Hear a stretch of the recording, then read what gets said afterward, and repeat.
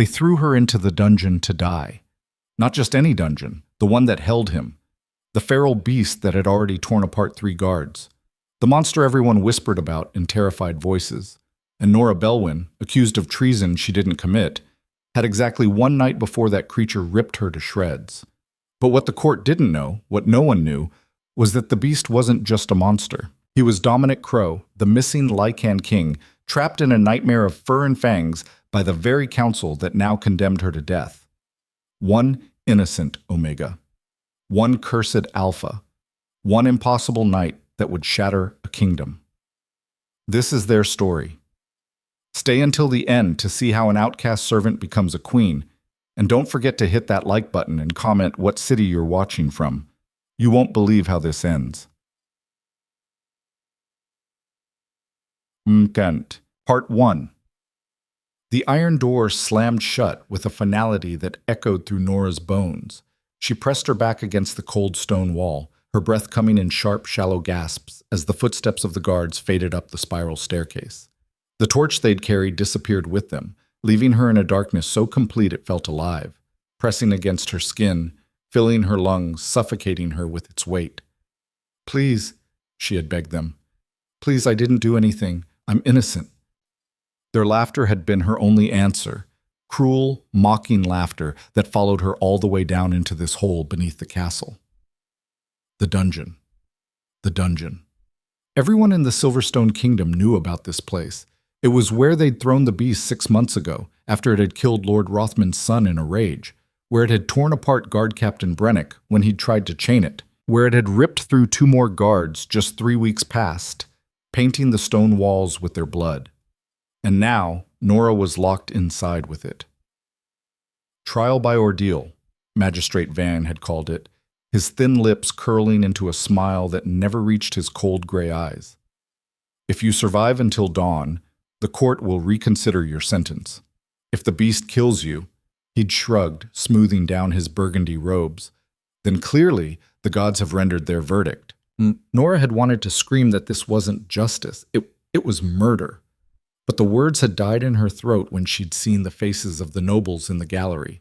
Lord Pemberton, smirking behind his jeweled fingers. Lady Ashworth, her painted lips twisted in satisfaction. Even young Baron Creed, who'd once smiled kindly at her when she'd served him wine, now looked at her with nothing but contempt. They wanted her to die. Not because they truly believed she'd stolen the Queen's ruby necklace, the one that had mysteriously appeared in her quarters that morning, wrapped in her spare apron. No, they wanted her dead because she was nothing, nobody. An Omega servant girl with no family, no status, no voice that mattered. The perfect scapegoat. Her eyes were beginning to adjust to the darkness now, picking out shapes in the gloom. The dungeon was larger than she'd expected. A circular chamber perhaps 30 feet across, with a vaulted ceiling that disappeared into shadow. The walls were smooth stone, worn by centuries of moisture, and the floor. Norah's stomach turned. The floor was stained. Dark patches that could only be old blood spread in violent spatters and smears. Evidence of what happened to those who'd come before her. A sound cut through the silence, low, guttural, somewhere between a growl and a breath. Norah's heart seized in her chest. Her eyes darted frantically around the chamber, searching for the source, but the darkness was too thick. The sound came again, closer this time, and with it came a smell. Wet fur, old blood, and something wild that made every instinct in her body scream run. But there was nowhere to run. "Hello?" Her voice came out as barely a whisper. The growling stopped. Silence flooded back, even more terrifying than the sound had been. Norah's pulse hammered in her ears. She could feel her Omega nature rising inside her, that deep primal part of herself that could sense danger, that could read the emotions and energies of others. It was screaming at her now, a chorus of warning that made her skin crawl. Predator, predator, predator. Then she saw it. 2 eyes glowing like embers in the darkness, level with her own. Which meant the creature wasn't crouched or on all fours. It was standing. Norah's breath caught. The eyes moved closer, and with them came the sound of claws scraping against stone. Slow, deliberate. The creature was in no hurry. It knew she had nowhere to go. A shaft of moonlight filtered through a crack in the ceiling high above, and in that pale silver glow, Norah finally saw the beast.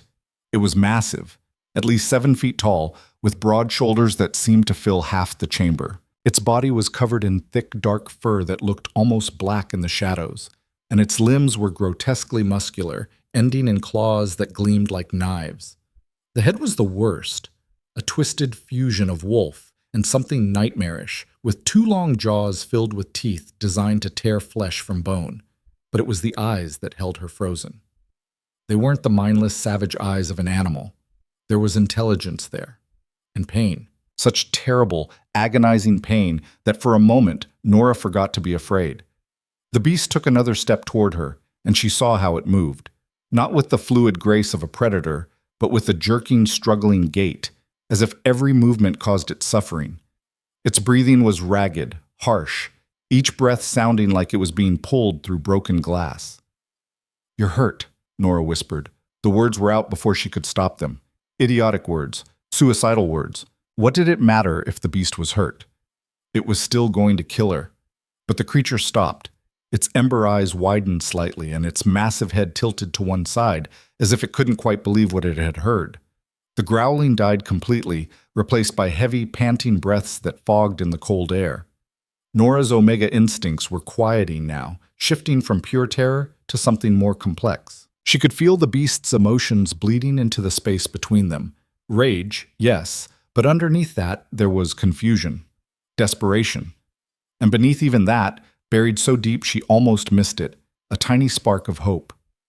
"I'm not going to hurt you," she said softly, though the absurdity of the statement almost made her laugh. As if she could hurt this creature, as if she was the danger here. The beast made a sound, something between a whine and a growl. It took another step forward, bringing it within arm's reach, and Norah had to fight every instinct not to bolt. Its scent washed over her, stronger now, and she realized with a start that beneath the blood and the wildness there was something else, something that made her omega nature stir in a way it never had before. Cedar and smoke, winter frost and ancient stone, alpha. This wasn't just any beast. It was a Lycan alpha, one so powerful that even in this cursed form, its presence made her knees weak. The creature leaned down, bringing its massive head close to hers. Norah could see its teeth now, each one as long as her finger, stained with old blood. It could kill her in half a heartbeat. One snap of those jaws and her throat would be gone. But it didn't attack. Instead, it sniffed her, long, deep breaths that ruffled her dark hair. Its nose, wet and cold, brushed against her neck, her shoulder, her collarbone. Norah stood perfectly still, her heart pounding so hard she thought it might burst as the beast catalogued her scent. Then it made a sound she'd never expected. A whimper. The creature pulled back slightly, and in the moonlight, Norah saw something that made her breath catch. Its eyes, those burning amber eyes, were wet. The beast was crying. "Oh," she breathed. "Oh, you poor thing." She didn't think. Later, she would realize how insane it was, how utterly suicidal.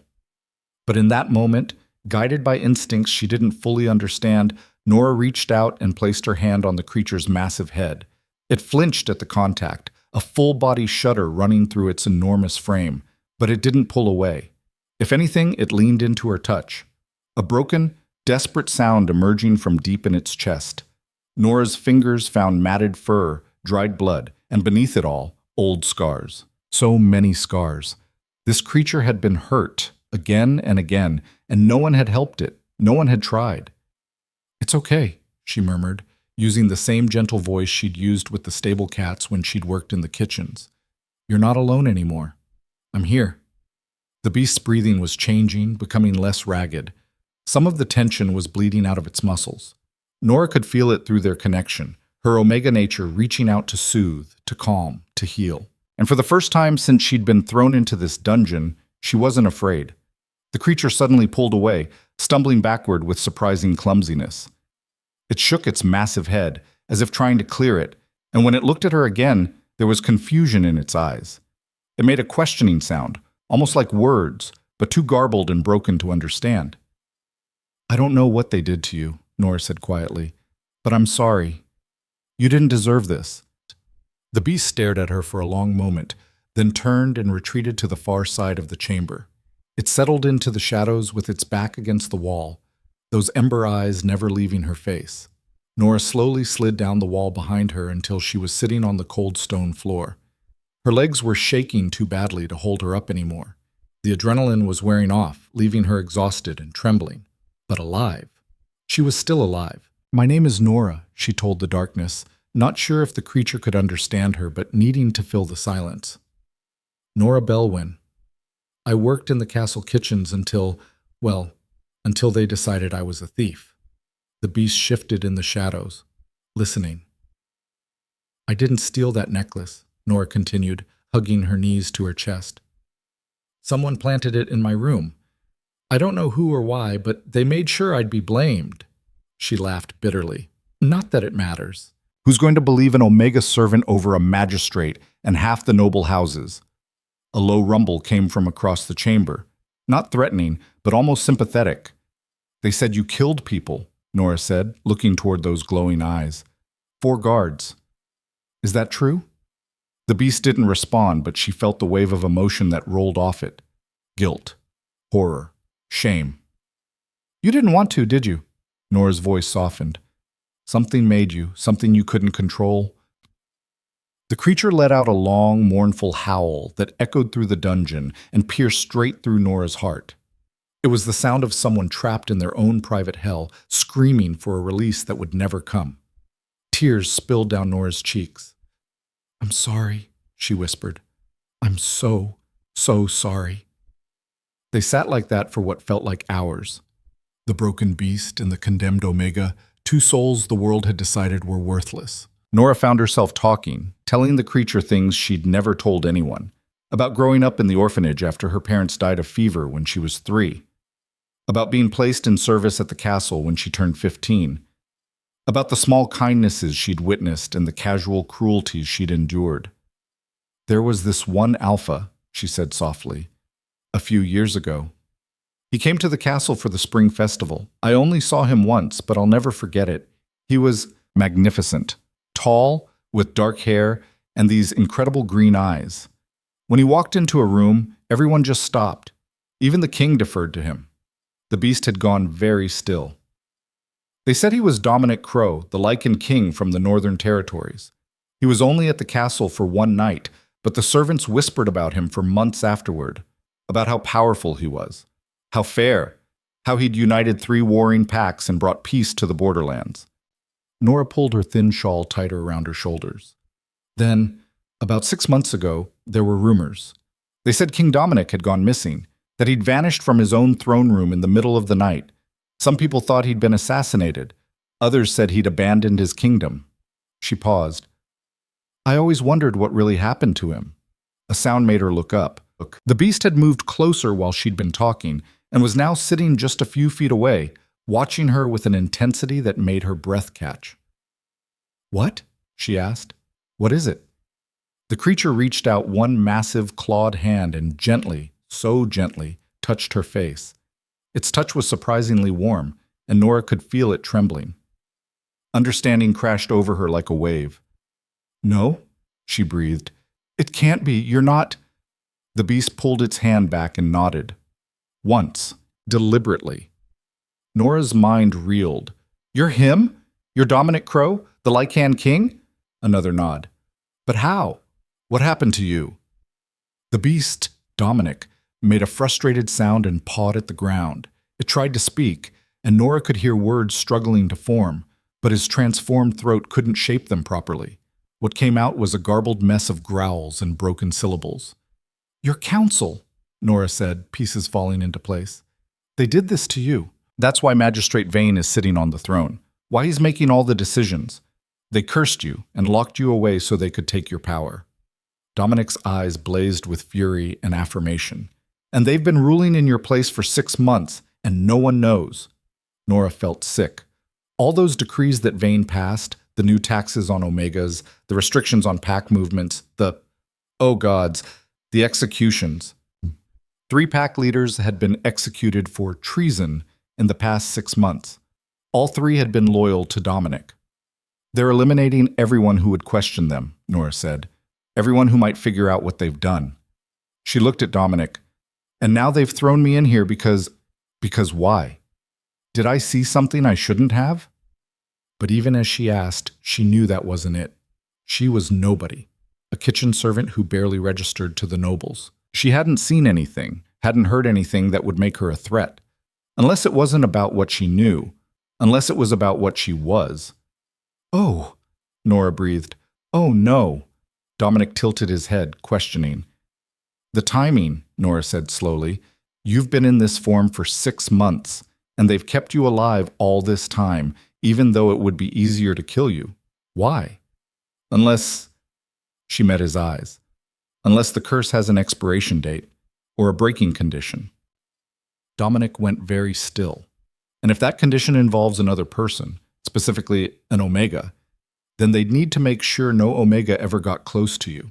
So they've been feeding you guards, alphas and betas, people you'd see as threats in this form, people who'd make the beast rage instead of... Dominic suddenly lunged forward, but not to attack. He pressed his massive head against her shoulder, a desperate, pleading gesture. Norah's hand came up automatically to stroke his fur. Instead of calming down, she finished softly, they needed you to stay feral, stay lost in the beast. But an Omega's nature is to soothe, to heal, so they made sure no Omega would ever... Pain exploded through their connection, so intense that Norah gasped. Dominic was shaking, his whole body convulsing as if fighting against invisible chains. The curse, Norah realized. It's fighting back. It doesn't want you to be calm. It doesn't want you to remember who you are. Dominic pulled away from her, stumbling across the chamber. His claws scrabbled against the stone as he fought for control. The beast was rising again. She could see it, the intelligence in his eyes flickering, dimming, being swallowed by pure animal rage. No, Norah said firmly, standing up. No, you don't get to give up. Not now. She crossed the space between them, ignoring the warning growls that rumbled from his chest. When she reached him, she cupped his massive face in both her hands and forced him to look at her. Dominic Crow, she said, her voice steady despite her racing heart. Lycan King of the Northern Territories. You are not a beast. You are not a monster. You're a king, and your people need you. The growling intensified, but she didn't let go. I know you're in there, Norah continued.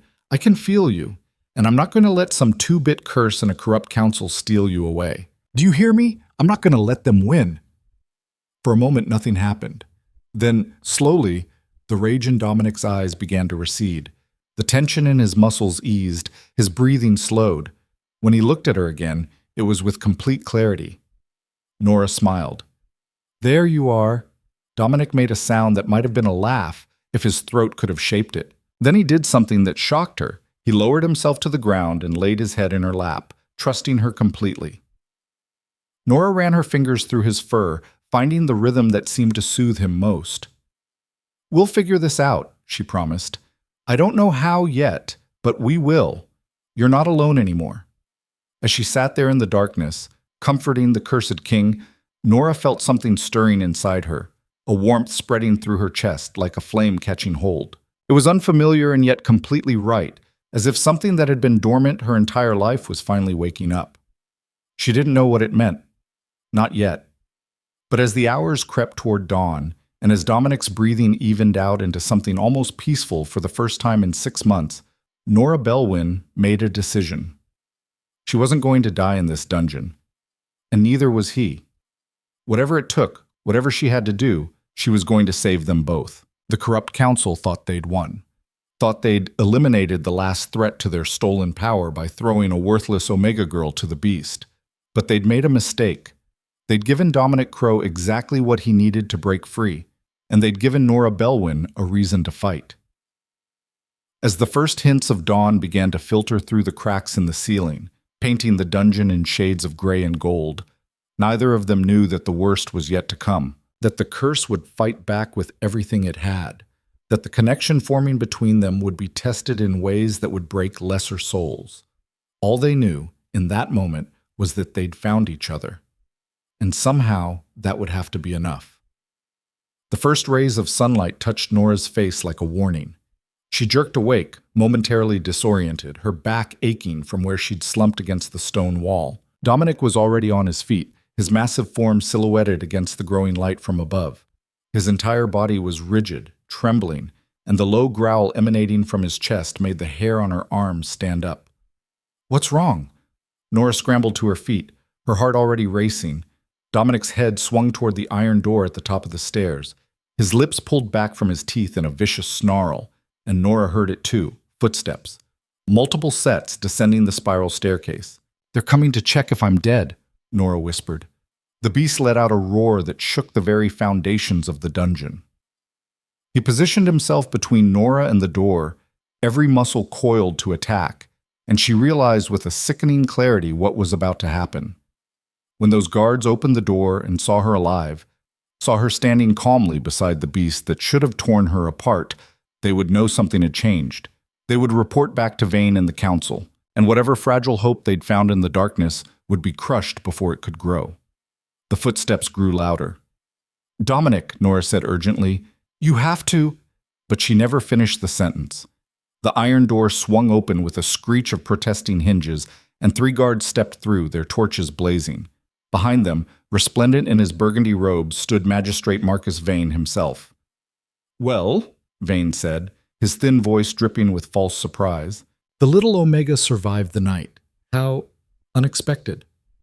The lead guard, a burly alpha named Crenshaw, descended the stairs with his hand on his sword. "Stand away from the beast, girl. We're taking you to a—" Dominic's roar cut him off. The beast launched forward with terrifying speed, and Crenshaw barely had time to draw his blade before those massive claws were slashing through the air where his throat had been a moment before. "Subdue it!" Vane shouted from the safety of the doorway. "Use the chains!" The other 2 guards rushed forward with silver-laced nets, the kind designed specifically for containing Lycans. Dominic tore through the first net like it was paper, his rage given physical form. The guard wielding it went flying, slamming into the wall with a sickening crack. "Stop!" Norah screamed. "Please, you're making it worse!" But no one was listening. Crenshaw had recovered and was advancing with his sword, while the 3rd guard circled around, trying to flank the beast. Dominic's eyes were pure feral now, the intelligence Norah had worked so hard to reach buried beneath layers of bloodlust and protective fury. He was trying to defend her, and it was going to get him killed. "Dominic, no!" Norah threw herself forward, directly into the path of his next attack. His claws stopped inches from her face, trembling with the effort of holding back. For one heartbeat, their eyes met, and she saw him in there, the king, the man, fighting desperately against the beast. Then Crenshaw's sword plunged into Dominic's shoulder. The beast howled in pain and rage, spinning to face his attacker. Blood sprayed across the stone floor. Too much blood, too red, too real. Dominic's claws found Crenshaw's armor and tore through it like cloth. The guard screamed. "Enough!" Vane's voice cracked like a whip. "Stand down, all of you!" Something in his tone made everyone freeze. Even Dominic paused, though his chest heaved with panting breaths and Crenshaw's blood dripped from his claws. Vane descended the stairs slowly, his cold gray eyes taking in every detail of the scene. When his gaze fell on Norah, she saw calculation there, wheels turning behind that cruel intelligence. "Fascinating," he murmured. "The beast responds to you." He took another step closer. "Tell me, Miss Bellwin, did you discover something interesting during your long night in the dark?" Norah's mind raced. Every instinct screamed at her to lie, to protect what she'd learned, but Vane's eyes told her he already suspected, already knew. "He's not just a beast," she heard herself say. "He's cursed. Someone did this to him." Did they now? Vane's smile was reptilian. "And did this cursed creature happen to tell you who he was? Before the transformation, I mean?" The question was a trap. Norah could feel the jaws of it closing around her, but she couldn't see a way out. If she denied knowing, Vane would simply have Dominic killed, and her along with him. If she confirmed it— "He didn't have to tell me," Norah said carefully. "I recognized him. From the Spring Festival 3 years ago, when King Dominic Crow visited the castle." The silence that followed was absolute. Vane's face went through a remarkable transformation. Surprise flickered across his features, followed quickly by fury, then settling into something far more dangerous— respect. "Clever girl," he said softly. "Much cleverer than I gave you credit for." He turned to the guards. "Crenshaw, You'll live. Get yourself to the healers. The rest of you out. Now." "But sir," the third guard began. "Out!" They fled, Crenshaw clutching his torn armor, leaving Norah and Dominic alone with the magistrate. Vane waited until their footsteps had faded completely before speaking again. "You've created quite the problem for me, Miss Bellwin," he said conversationally, as if they were discussing the weather. "The plan was simple. You'd die. The beast would remain feral, and no one would ever know that our dear king was rotting in this dungeon while I made the difficult decisions his weakness prevented him from making." "Difficult decisions?" Norah's voice shook with anger. "You mean executing his loyal supporters, taxing Omegas into poverty, selling packlands to foreign—" "Necessary measures," Vane interrupted smoothly, "for the good of the kingdom." Dominic was too soft, too concerned with being loved to do what needed to be done. The kingdom doesn't need a beloved king. It needs a strong one. Dominic growled, a sound so full of menace that even Vane took an involuntary step back. But the magistrate recovered quickly, his hand moving to a small vial hanging from his belt. "Careful, your majesty," Vane said mockingly. "One drop of this and the curse intensifies tenfold. You'll lose yourself completely, become nothing but a mindless killing machine." He smiled. "Though I suppose that might be preferable to what you are now, a monster who remembers being a man." "You're the monster," Norah said. "You and your council. How did you even do this? How did you curse a Lycan King?" "Magic, of course," Vane said. "Ancient, dark, and very, very expensive. It required calling in favors from beings you wouldn't want to meet in your nightmares. But it was worth it." His eyes gleamed. "The curse is quite elegant, really, triggered by a blood oath among the council members, tied to Dominic's own power source. The stronger he is, the stronger the curse. The more he fights it, the more feral he becomes." "And the breaking condition?" Norah pressed. "There's always a breaking condition." Vane's smile widened. "Ah, yes. The weakness every curse must have. In this case, it's quite romantic, actually. True love's bond. A mate connection, fully awakened and accepted before the next full moon." He glanced up at the ceiling, where the morning sun was now streaming through.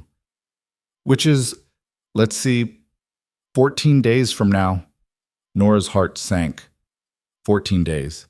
2 weeks to break a curse that had been crafted by ancient dark magic while locked in a dungeon, surrounded by enemies. "Even if such a bond existed," Vane continued, "it would require both parties to accept it willingly, completely, with no doubt or hesitation. The Omega would need to fully claim the Alpha as their mate, and he would need to do the same, all while the curse fights them every step of the way." He laughed. "Impossible, really, which is why we chose it." "Why not just kill him?" Norah demanded. "Why keep him alive at all?" "Because dead kings become martyrs," Vane said simply. "And martyrs inspire rebellions. As long as Dominic is alive, even in this form, there's always the possibility that he might return. A possibility that we control. But a dead king? That's a mystery that would haunt us. People would ask questions, demand answers. Some fool would inevitably try to avenge him." He shook his head. "No, it's much cleaner this way. Let him rot in beast form while I rule in his name. Everyone's happy." "Except the people you're destroying," Norah said. "The weak are always destroyed," Vane replied. "That's the nature of the world. Only the strong survive, Miss Bellwin. Surely as an Omega, you understand that better than most." The casual cruelty of his words hit Norah like a physical blow, because he was right, in a way. She'd spent her whole life being overlooked, dismissed, treated as less than.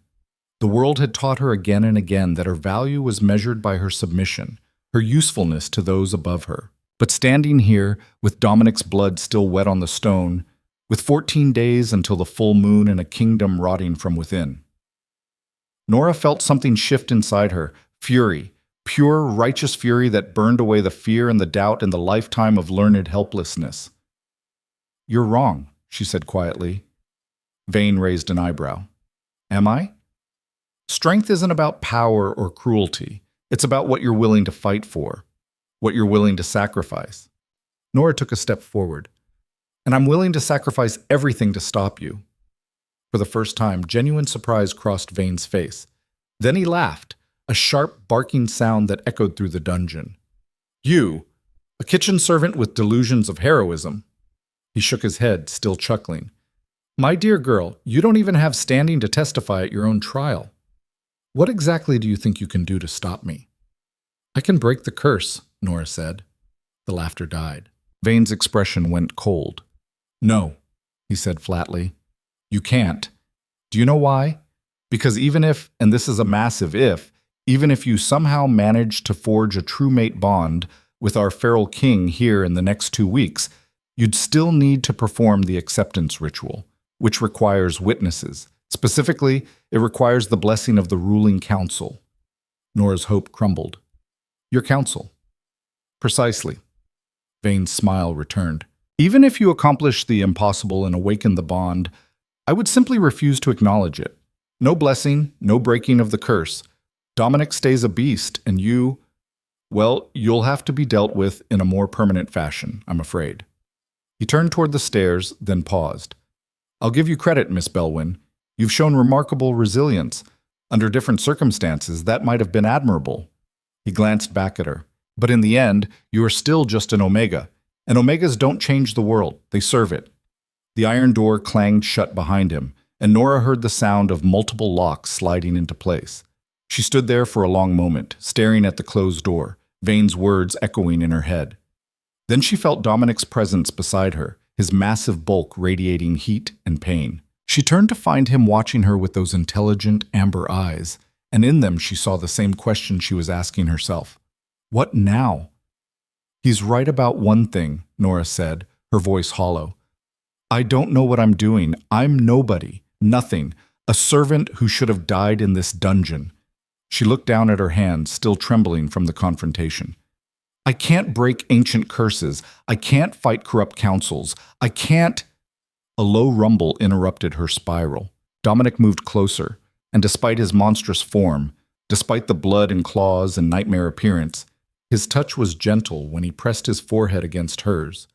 Through their connection, that strange, growing warmth in her chest, Norah felt what he was trying to tell her. You're not nothing. You're everything. Tears spilled down her cheeks. I don't know how to save you. He pulled back and looked at her, really looked at her, and somehow she understood. He wasn't asking her to save him. He was asking her to try. Okay, Norah whispered. Okay. We have 14 days. She wiped her eyes, straightening her spine. Vane said the curse feeds on your strength. So what if we don't fight it? What if we work with it instead? Dominic tilted his head, questioning. You're strongest when you're calm, Norah continued, thinking out loud. When you're in control. The beast only takes over when you're threatened or angry. So what if we focus on keeping you grounded? Keeping you. She could see the doubt in his eyes. 6 months he'd been trapped in this form, fighting every day to hold on to his humanity. 6 months of losing that battle over and over again. I know it sounds impossible, Norah said, but we have something Vane doesn't expect. We have each other. As she said it, that warmth in her chest flared brighter. It wasn't just her Omega nature responding to an alpha in need. It was something deeper, more fundamental, something that felt like recognition, like coming home. The mate bond, Norah breathed. It's already starting, isn't it? That's why I can feel your emotions. Why touching you calms the beast. Dominic made a sound of confirmation, but there was warning in it too. She felt what he was trying to tell her through their connection. The bond was dangerous. It would make them vulnerable to each other. If it fully formed and then broke, it would destroy them both. I don't care, Norah said fiercely. I don't care about the risk. I'd rather die trying to save you than live knowing I didn't. Something shifted in Dominic's eyes. The amber glow intensified, and Norah felt a surge of emotion so powerful it nearly knocked her off her feet. Gratitude, wonder, and beneath it all the first stirrings of something that felt like… The dungeon door burst open again. This time it wasn't guards. It was a woman in the silver robes of the High Council, flanked by 2 court officials. Her ice-blonde hair was pulled back in a severe bun, and her blue eyes were as cold as winter frost. Lady Ashworth, Norah said, recognizing her from the trial. Magistrate Vane has informed me of your claims. Lady Ashworth said, descending the stairs with practiced grace. About the beast's true identity. It's not a claim, Norah said. It's the truth. That's King Dominic Crow, and your council cursed him. Impossible, Lady Ashworth said smoothly. King Dominic disappeared 6 months ago. He abandoned his throne and his people. This beast was captured trying to slaughter innocent travelers on the king's road. Lies! Norah's hands clenched into fists. You know exactly what you did. You and Vane and the rest of the council. Lady Ashworth's expression didn't change. These are serious accusations, Miss Bellwin. Treason, in fact. Accusing council members of conspiracy against the crown. She smiled, and it was every bit as cold as Vane's had been. Of course, given that you've already been convicted of theft, I suppose adding treason to your list of crimes hardly matters. Why are you here? Norah demanded. To make you an offer. Lady Ashworth folded her hands primly. You'll recant your wild accusations about the beast. You'll admit that your night in the dungeon left you confused, traumatized, that you made up stories to cope with the horror of nearly being killed. And in exchange? In exchange, we'll commute your execution to exile. You'll be escorted to the border and released. You'll never set foot in the Silverstone Kingdom again, but you'll live. Lady Ashworth's eyes glittered. Refuse, and you'll hang tomorrow at dawn in the public square. A fitting end for a treasonous thief. Dominic's growl started low but built to a roar. He moved between Norah and Lady Ashworth, his message clear. They'd have to go through him to get to her. How touching, Lady Ashworth said dryly. But the beast's attachment to you only proves how dangerous this situation has become. We can't have rumors spreading that the creature is anything other than what it appears. The people need stability, not wild conspiracy theories about cursed kings. Norah's mind raced. If she accepted the exile, she'd be free. She could run, disappear, maybe find help somewhere beyond the kingdom's borders. But Dominic would remain trapped here, alone, fighting a losing battle against the curse until the full moon came and went and he was lost forever. If she refused, she'd die. And Dominic would still be trapped, but with even less hope than before. Either way, Vane and his council won. There's a third option, Norah said slowly. Lady Ashworth's eyebrow arched. Oh? Trial by combat. The silence that followed was so profound that Norah could hear the distant drip of water somewhere in the dungeon's depths. Then Lady Ashworth laughed. It was a genuine laugh, full of delighted surprise. Trial by combat, she repeated. You, an Omega servant with no combat training, wish to challenge the charges against you through ritual combat? She shook her head, still chuckling. My dear girl, you'd need a champion to fight on your behalf. And who exactly do you think would be willing to stand for you? Norah looked at Dominic. Him. The laughter stopped. The beast? Lady Ashworth's voice had gone very flat. You want to use the beast as your champion? Why not? Norah challenged. The law is clear. Any defendant has the right to trial by combat, and they may choose any willing champion to fight on their behalf. I choose him. The law refers to people, not monsters. Then prove he's just a monster, Norah said. Accept the challenge. If he's nothing but a mindless beast, he'll lose. Problem solved. She took a step forward. But if he wins, if he fights with intelligence and purpose and proves he's more than what you claim, then maybe people will start asking questions. Questions about where the beast really came from. Questions about what happened to King Dominic. She could see the calculation in Lady Ashworth's eyes, the rapid assessment of risks and benefits. Accepting the challenge was dangerous. There was a real chance Dominic could win, even in his cursed form. But refusing would look suspicious, would make people wonder what the council was hiding. If I accept, Lady Ashworth said carefully, and the beast somehow manages to defeat our champion, what then? You'd still need to break the curse to prove your wild theory, and we've already established that's impossible without the council's blessing. One problem at a time, Norah said, trying to sound more confident than she felt. Lady Ashworth studied her for a long moment, those cold blue eyes seeming to weigh Norah's soul. Finally she nodded. Very well. Trial by combat it is. She smiled, and it was the smile of a predator who'd just spotted easy prey. 3 days from now, In the public arena. Our champion against your beast. To the death. To surrender, Norah corrected quickly. First blood and surrender. To the death, Lady Ashworth repeated firmly. Those are the terms. Accept them or hang tomorrow. Norah looked at Dominic. Through their growing bond, she could feel his response, acceptance, determination, and a fierce protectiveness that made her chest ache. We accept, Norah said. Excellent. Lady Ashworth turned to leave, then paused at the base of the stairs. One more thing, Miss Bellwin. Our champion will be Commander Braddock. I believe you know of him. Norah's blood turned to ice. Everyone knew Commander Braddock. He was the kingdom's greatest warrior. An alpha who'd never lost a fight in 30 years of service. He'd trained the Royal Guard, led armies to victory, and was said to be able to kill a man with his bare hands in under 3 seconds. And they were going to pit Dominic against him. Not Dominic the King, the trained warrior, the powerful Lycan Alpha in full control of his abilities, but Dominic the cursed beast fighting on instinct and rage, wounded and weakened by 6 months in this dungeon. May fortune favor you, Lady Ashworth said, though her tone made it clear she thought fortune had already chosen its side.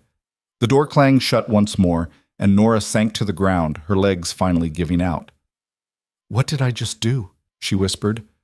Dominic settled beside her, his presence warm and solid. Through their bond, she felt his response. Not fear or recrimination, but something like pride. 3 days, Norah said, looking up at him. We have 3 days to get you ready to fight the greatest warrior in the kingdom while you're trapped in a form you can barely control. She laughed, a slightly hysterical sound. This is insane. But Dominic's eyes were steady, certain. He believed they could do this. Believed in her.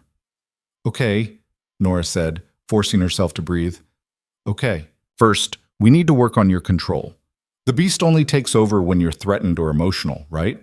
So we practice staying calm, staying grounded. She spent the next hour talking to him, telling him stories, anything to keep him present and focused. She told him about her childhood in the orphanage, about the cook who'd been kind to her, about the garden where she used to hide when the other servants were cruel. And slowly, gradually, she felt the beast receding, felt Dominic's human consciousness becoming stronger, more stable. It wasn't enough. 3 days would never be enough. But it was all they had. As the sun climbed higher, painting the dungeon in shades of gold, Norah made a silent vow. She didn't know if they could win, didn't know if the bond between them would be enough to break the curse or defeat Braddock or overcome the council's corruption. But she knew one thing with absolute certainty. She wasn't going to give up. Not on Dominic, not on herself, not on the possibility that maybe, just maybe, an Omega servant and a cursed king could change the world after all. 3 days until the trial, 14 days until the full moon, and a kingdom's fate hanging in the balance.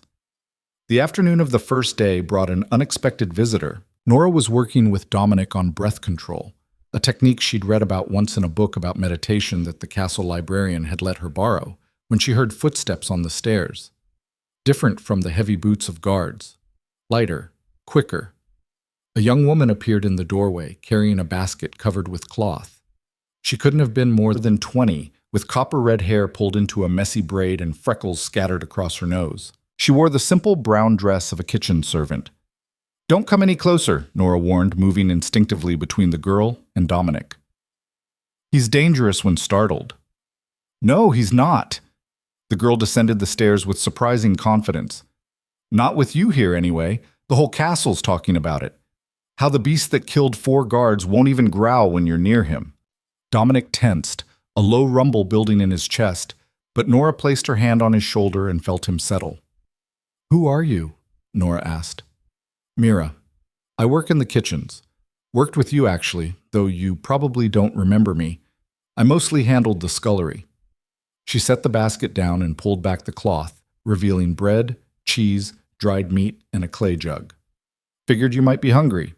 They're not exactly rushing to feed the condemned. Norah's stomach growled at the sight of food.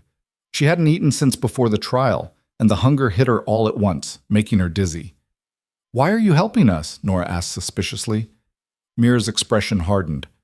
Because I was there. 3 months ago, when they raised the Omega taxes again. My sister couldn't pay. They took her daughter as collateral, Said she'd work in the noble houses until the debt was settled. Her hands clenched. My niece is 7 years old.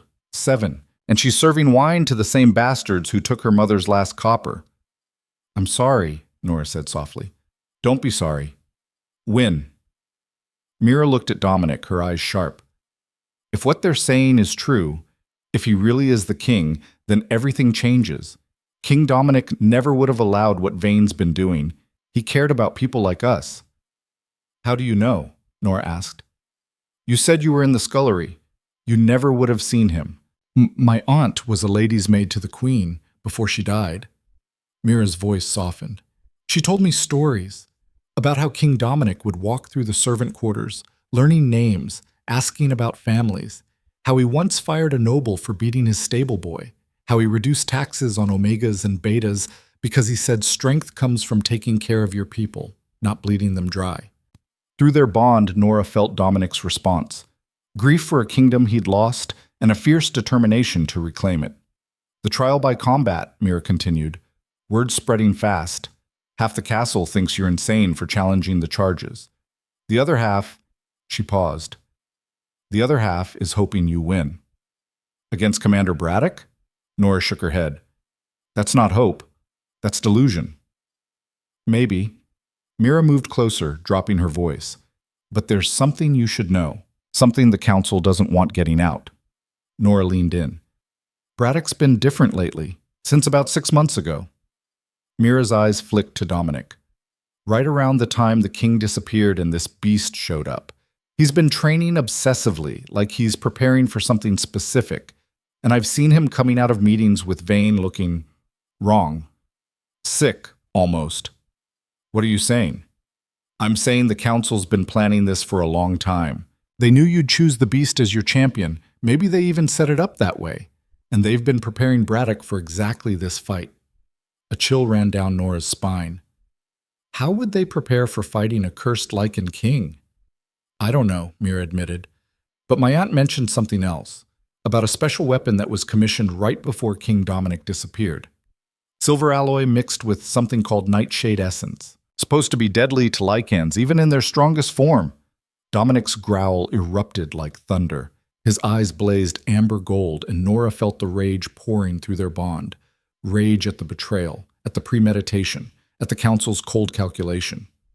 Easy, Norah murmured, pressing both hands against his chest. Easy. We know now. We can prepare. But how? How did you prepare to fight against a weapon designed specifically to kill you? There's more, Mira said.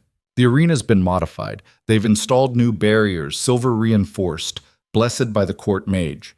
They're saying it's for spectator safety, but she bit her lip. The configuration doesn't make sense unless they're trying to limit the beast's movement. Create a killing box. They're not planning a fair fight, Norah said flatly. They're planning an execution. Of course they are. Mira's jaw set. But that doesn't mean you can't win. You just need to be smarter than them. Norah wanted to laugh. She was an Omega servant with no combat training, no political power, and no resources beyond a cursed king who could barely control his own form. How exactly was she supposed to outsmart a council of experienced manipulators with the full resources of the kingdom behind them? But Mira was looking at her with such fierce hope, such desperate belief that Norah couldn't bring herself to voice those doubts. Thank you, Norah said instead. For the food, for the information, for believing. Don't thank me yet. Mira headed for the stairs, then paused. My sister's in the crowd sometimes. When they do public executions or trials, she brings my niece to watch, trying to teach her how the world works. Her voice cracked. I don't want my niece growing up thinking this is normal, that people like us don't matter. After Mira left, Norah and Dominic ate in silence. The food was simple but good, and Norah forced herself to finish every bite, knowing she'd need her strength. 2 more days, she said to Dominic. We need a plan that doesn't involve you just charging at Braddock and hoping for the best. Dominic made a sound that might have been agreement or frustration. It was hard to tell in his current form, but through their bond, Norah felt something new. Not just determination or protectiveness, but actual tactical thinking. The king was still in there, the military leader who'd united warring packs and defended his borders. They just needed to reach him. "Tell me about fighting," Norah said. "Show me how you move." For the next several hours, Dominic demonstrated. It was clumsy at first.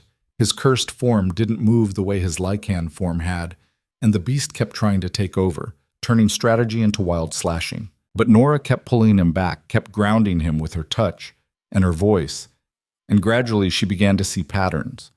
"You're faster than you think," she observed. "When you're calm, you can move without telegraphing, but when the beast takes over, you broadcast every attack." Dominic rumbled agreement. "And Braddock will be looking for the beast," Norah continued, her mind racing. "He'll be expecting rage and chaos. So what if we give him the opposite? What if we use your human intelligence to counter his experience?" It was a gamble, and a massive, potentially fatal gamble, but it was the only advantage they had. They worked through the night, developing signals, a specific pattern Norah could tap on his shoulder to mean left, another for right, another for wait. Dominic's mind was sharp enough to understand, but his cursed body struggled to obey. The disconnect between what he wanted to do and what the beast allowed him to do was agonizing to watch. "We'll keep practicing," Norah promised as dawn broke on the second day. "We'll make this work." But doubt was creeping in, cold and insidious. Even if Dominic could maintain control during the fight, even if they somehow managed to defeat Braddock despite the poisoned weapon and the modified arena, what then? The council would never bless their mate bond, never allow the curse to break, unless they forced the issue. The idea came to Norah suddenly, fully formed, and so audacious that she actually gasped. "What if we don't wait for their blessing?" she said aloud. Dominic's head swiveled toward her, questioning. "The acceptance ritual," Norah explained, her words tumbling out faster. "Vane said it requires witnesses and the council's blessing. But what if we perform it publicly? In the arena, in front of thousands of people, the council couldn't refuse without explaining why. And if they did refuse..." She let the implication hang. If the council refused to bless a public mate bond between the beast and an Omega, people would ask questions, would wonder why, would start to suspect that maybe, just maybe, the wild accusations weren't so wild after all. Through their bond, Norah felt Dominic's response. It wasn't agreement or disagreement, it was fear. Deep, bone-shaking fear that had nothing to do with combat or curses. "You're afraid of the bond," Norah realized, "of what it means." Dominic turned away, and she felt the shame rolling off him in waves. He was a monster, cursed, broken, responsible for the deaths of 4 men, even if he hadn't been in control. What right did he have to bind himself to her, to trap her in a bond with a creature that might never be fully human again? "Stop," Norah said firmly. She moved around to face him, forcing him to meet her eyes. "I know what I'm choosing. I know what you are, what you've done, what you might become, and I'm choosing you anyway." The bond between them flared, that warmth in her chest blazing into something brighter, stronger. She felt the exact moment when Dominic's resistance crumbled, when he stopped fighting what was growing between them and simply surrendered to it. The sensation was overwhelming, like falling and flying at the same time, like every nerve in her body was suddenly alight with electricity and warmth and a rightness so profound it brought tears to her eyes. "Oh," Norah breathed, "is this?" Dominic made a sound that was definitely affirmation. The bond was awakening. Not complete yet, that would require the full ritual, the public acceptance, but growing stronger with every moment. And with it came something Norah hadn't expected. His memories. They flooded through the connection in fragments, impressions and emotions more than clear images. She saw flashes of his life before the curse, training with his father, the old king, learning to lead. The weight of the crown when it was placed on his head at 23 after his father's death in battle. The loneliness of ruling alone, of carrying the kingdom's burdens with no one to share them. And then she saw the betrayal. The council meeting where Vane had served wine laced with a potion that weakened Dominic's defenses. The circle of hooded figures chanting in a language that hurt to hear even in memory. The moment when the curse took hold, when Dominic felt his human form being ripped away, replaced by the beast. His screams as they dragged him to the dungeon. The first guard who'd come to chain him, and the horror when the beast took over and tore the man apart before Dominic could stop it. 6 months of that. 6 months of being trapped, aware but helpless, watching himself kill and knowing he couldn't prevent it. 6 months of losing himself piece by piece to the curse until he'd almost forgotten who he'd been. Until Norah. "I'm sorry," she whispered, tears streaming down her face. "I'm so sorry that happened to you." Dominic pressed his forehead against hers, and through the bond she felt his gratitude. Not just for her compassion, but for seeing him, for recognizing him when the whole world thought he was nothing but a monster. The moment was shattered by the sound of the door opening, but this time it wasn't a single visitor. It was a squadron of guards led by none other than Commander Braddock himself. He was exactly as Norah had heard described, a mountain of a man, easily 6.5 feet tall, with shoulders that looked like they could support the castle itself. His hair was iron gray, cropped military short, and his face was all hard angles and old scars. But it was his eyes that truly frightened her. They were the eyes of someone who'd killed so many times it no longer registered as significant. "Miss Bellwin," Braddock said, his voice a deep rumble. "I'm told you've chosen this creature as your champion." Dominic erupted with a roar that shook the dungeon walls. He positioned himself between Norah and the guards, every muscle coiled to attack. "Stand down," Braddock said calmly. "I'm not here to fight. Not today." "Then why are you here?" Norah demanded, one hand on Dominic's back, feeling the tremors of barely controlled rage running through him. Professional curiosity. Braddock descended the stairs, his movements economical and precise. "I've fought Lycans before.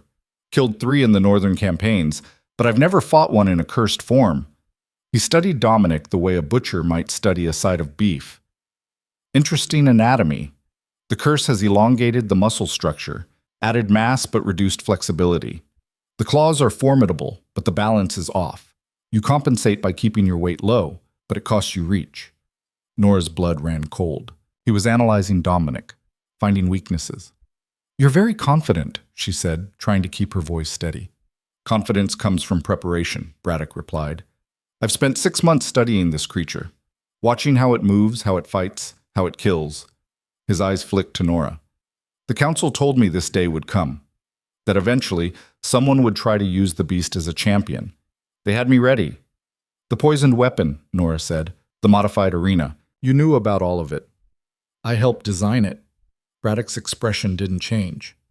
"I'm a soldier, Miss Bellwin. I follow orders, and my orders are to ensure this creature dies in that arena." "He's not a creature," Norah said fiercely.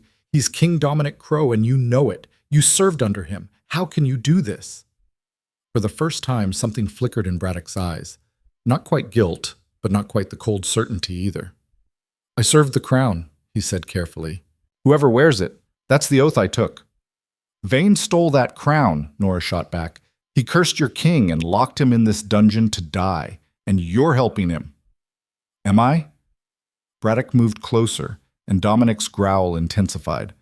"Or am I doing exactly what King Dominic would want me to do?" Norah blinked, confused. "A king's first duty is to his kingdom," Braddock continued, "to stability, to preventing chaos and civil war. If I refuse to fight, if I publicly question the council's authority, what do you think would happen?" He shook his head. "The kingdom would tear itself apart. Pacts would choose sides. Blood would run in the streets." "So you'll just let corruption go unchallenged?" Norah couldn't believe what she was hearing. "You'll let them destroy everything Dominic built?" "I'll do my duty." Braddock turned to leave, then paused at the base of the stairs. "For what it's worth, I hope you know what you're doing. Because if that creature manages to kill me, the council will execute you both anyway. They've already written the narrative. The beast went mad, killed its tamer, had to be put down. Public safety." "Then why tell me this?" Norah demanded. "Why warn us?" Braddock was silent for a long moment. When he finally spoke, his voice was barely above a whisper. "Because King Dominic once told me that loyalty without honor is just obedience. And I'd like to think I still have some honor left." He met her eyes. "Win or lose tomorrow, make it mean something." After he left, Norah sank to the ground, her mind reeling. Everything was worse than she'd thought. Even if they won the combat, even if they performed the ritual publicly, the council had already planned their execution. There was no scenario where they walked out of that arena alive. Unless they changed the game entirely. "We can't just win the fight," Norah said slowly. "We need to break this curse. During the combat. in front of everyone. Dominic made a sound of confusion. Think about it, Norah continued, her mind racing. If you transform back into your human form in the middle of the arena, in front of thousands of witnesses, the council can't deny who you are. They can't execute the rightful king without causing the exact civil war Braddock's trying to prevent. It was insane. The curse required a fully formed mate bond and the acceptance ritual, both of which needed calm and focus and time. Trying to accomplish that in the middle of a fight to the death was suicide, but it was the only chance they had.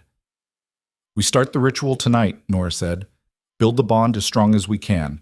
Then tomorrow, in the arena, we finish it, and we pray it's enough. The second night was different from the first. Norah sat across from Dominic, their hands, her small human ones and his massive clawed ones, touching. She could feel the bond between them, that golden thread of connection, and she pulled on it deliberately, trying to strengthen it. Tell me who you are, she said softly. Not the king, not the beast. Just you. Through the bond, impressions came. Memories. The smell of pine forests in winter. The sound of his mother's laughter before she died when he was 10. The weight of responsibility settling on shoulders too young to bear it. The loneliness of power.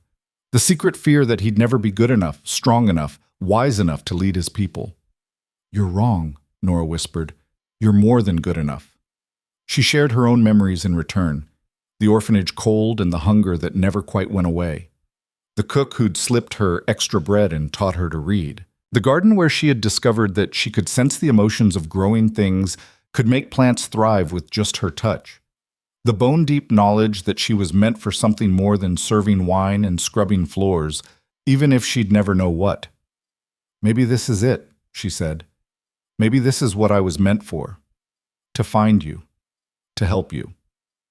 The bond blazed brighter, and with it came a sensation Norah had never experienced. She felt Dominic's presence inside her mind, not as memories or emotions, but as a living consciousness.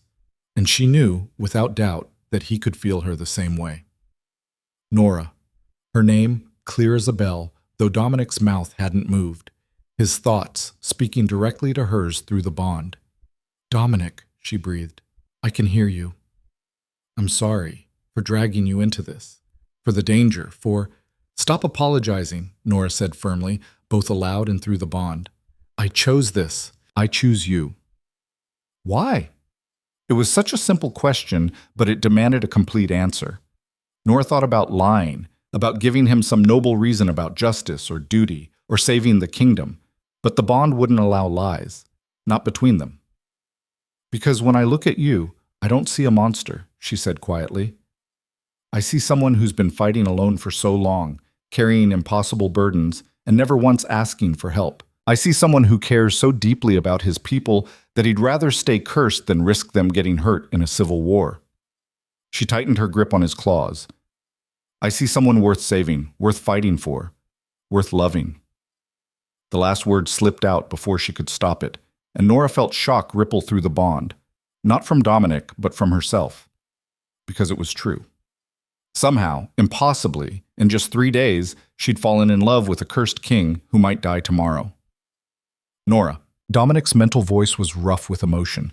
If this goes wrong tomorrow, if I can't control the beast, if the curse is too strong, if... Then we go down fighting, Norah interrupted. Together. Together. He leaned forward, and despite his monstrous form, despite the fangs and claws and nightmare appearance, when he pressed his forehead against hers, it felt like the most natural thing in the world. The bond snapped fully into place. It was like a circuit completing, electricity surging through every nerve. Norah gasped as power flooded into her. Not her own power, but Dominic's, channeled through their connection. She could feel his strength, his will, his absolute certainty in who he was beneath the curse. And he could feel her acceptance, her belief, her love. The ritual, Dominic's voice in her mind was clearer now, stronger. We need to speak the words. I don't know them, Norah admitted. You do. Every Omega knows them. It's instinct. And he was right. As soon as he said it, the words rose in Norah's throat, ancient and powerful, passed down through countless generations of bonded pairs. I claim you, she whispered. Alpha to my omega, strength to my heart, my chosen mate from this moment until the last. Dominic's response came not in words but in a sound, something between a howl and a roar that echoed through the dungeon and into Norah's very soul. She felt the answering claim, felt him bind himself to her as completely as she'd bound herself to him. The bond solidified, became unbreakable, and with it came a rush of sensations. She could feel everything he felt, the ache in his muscles, the pain of the curse fighting against the bond, the fierce joy of finally not being alone. And then something else happened. Dominic's form flickered. Just for a second, Norah saw him, the real him. Tall and broad-shouldered, with dark hair and those incredible green eyes she'd remembered from the spring festival. He was beautiful and fierce and hers. And then the curse slammed back down and he was the beast again. But they'd done it. They'd awakened the bond. And for one perfect moment, they'd pushed the curse back. "Tomorrow," Norah said, her voice shaking with emotion and exhaustion. "In the arena. We finished this." In the arena, Dominic agreed. They slept curled together that night, Norah's small form tucked against Dominic's bulk, the bond between them humming like a living thing. For the first time in 6 months, Dominic slept without nightmares. For the first time in her life, Norah felt like she belonged somewhere. Dawn came too quickly. The guards arrived with the first light, accompanied by Lady Ashworth and 2 court mages. They bound Dominic in silver chains, lighter than the ones they'd used before, since they needed him able to fight, and dragged him up the spiral staircase. Norah followed, her heart pounding. This was it. Win or lose, live or die, everything came down to the next few hours. The walk to the arena felt eternal and far too short at the same time. Citizens lined the streets, some jeering, some silent, some, and this surprised Norah, openly cheering for her. She saw Mira in the crowd, her niece on her shoulders, both of them waving small white ribbons, the symbol of hope. The arena itself was massive, a circular stone structure that could hold 10,000 people. Every seat was filled. The crowd's noise was deafening, a roar of anticipation and bloodlust. In the center of the arena, modifications were clearly visible. Silver barriers sectioned off the fighting space into a circle no more than 50 feet across. Runes glowed along the edges.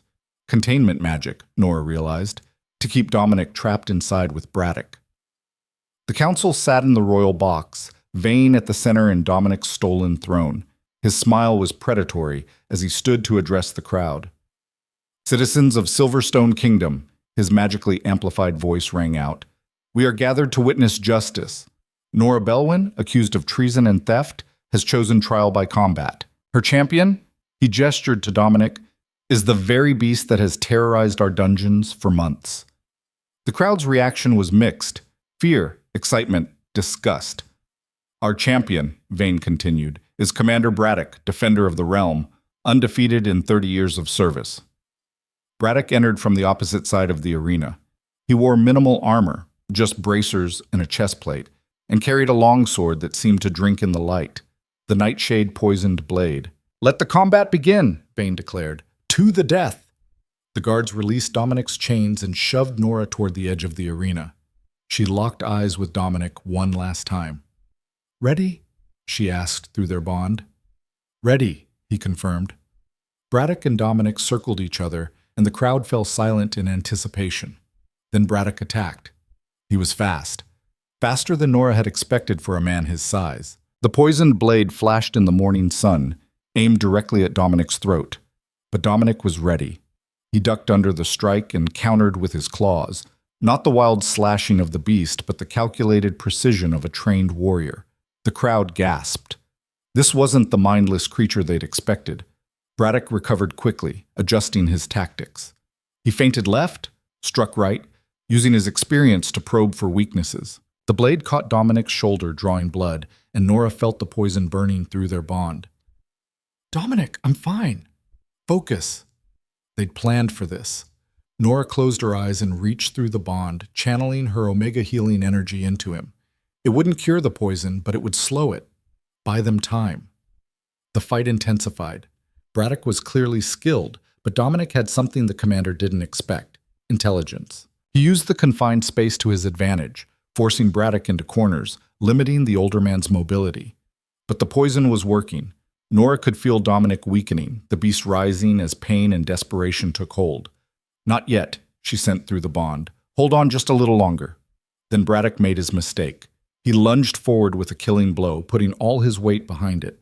But Dominic wasn't there. He'd rolled aside at the last second, and Braddock's momentum carried him too far forward. Dominic's claws found the gap between the commander's armor plates. Blood bloomed across Braddock's chest, and the commander dropped to one knee. The crowd erupted. "Yield!" Dominic's voice emerged from his monstrous throat, garbled but unmistakable. "Yield!" For a moment, Braddock just stared. Then, slowly, he dropped his sword. "I yield," he said clearly. Norah didn't wait. She ran into the arena, directly to Dominic, and grabbed his massive head in both hands. "Now!" she screamed. "We do it now!"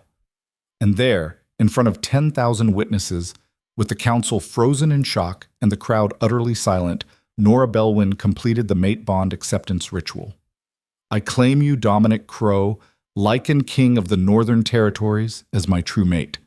I accept the bond between us, now and forever. Witnessed by all gathered here. I name you mine." The bond exploded with power. Dominic threw back his head and roared. And this time it wasn't the beast. It was the king, his voice ringing with authority and magic. The curse fought back, trying to maintain its hold, but the bond was stronger. Fed by Norah's unwavering acceptance and Dominic's desperate need to reclaim himself, it tore through the curse like fire through paper. Light erupted from Dominic's form, blinding, pure white light that forced everyone to shield their eyes. When it faded, Dominic Crow stood in his true form, naked, bleeding from a dozen wounds, swaying on his feet, but human. His green eyes blazed as he looked at Vane in the royal box. "Hello, Marcus," Dominic said, his voice carrying across the silent arena. "Did you miss me?" The arena had gone so silent that Norah could hear her own heartbeat thundering in her ears. 10,000 people stared at the man standing where the beast had been moments before. Dominic Crow, the missing Lycan King, stood in the center of the arena, his chest heaving with exertion, blood running down his torso from the wounds Braddock's blade had inflicted. But he was unmistakably, undeniably human again. And he was staring directly at Marcus Vane. Vane's face had gone the color of curdled milk. He rose from the stolen throne, his hands gripping the railing of the royal box so tightly his knuckles were white. "Impossible," he breathed, though the word carried across the silent arena through the amplification magic. "The curse can't be broken. It can't." "Can't what, Marcus?" Dominic's voice was raw, unused to human speech after 6 months, but it rang with unmistakable authority. "Can't be broken by true love? By a mate bond forged in the very dungeon where you left me to rot?" He took a step forward, and despite his nakedness and wounds, every eye in the arena followed him. "Or can't be broken because you made sure to choose a curse that required the one thing you thought I'd never find?" The crowd was beginning to murmur now, a low rumble of confusion and growing understanding. "That's not King Dominic," Lady Ashworth said quickly, standing beside Vane. Her voice was steady, controlled. "It's a trick, some Omega magic to create an illusion." "Is it?" Commander Braddock's voice cut through her words. He'd risen from his kneeling position, one hand pressed against the wound in his chest, and was staring at Dominic with an expression of wonder and guilt. "Because I've served under King Dominic for 15 years. I know every scar on his body, the one on his left shoulder from the Northern Campaign, the one across his ribs from saving his father's life when he was 17. The burn mark on his right forearm from the forge accident." His voice grew stronger. "That's not an illusion, Lady Ashworth. That's my king."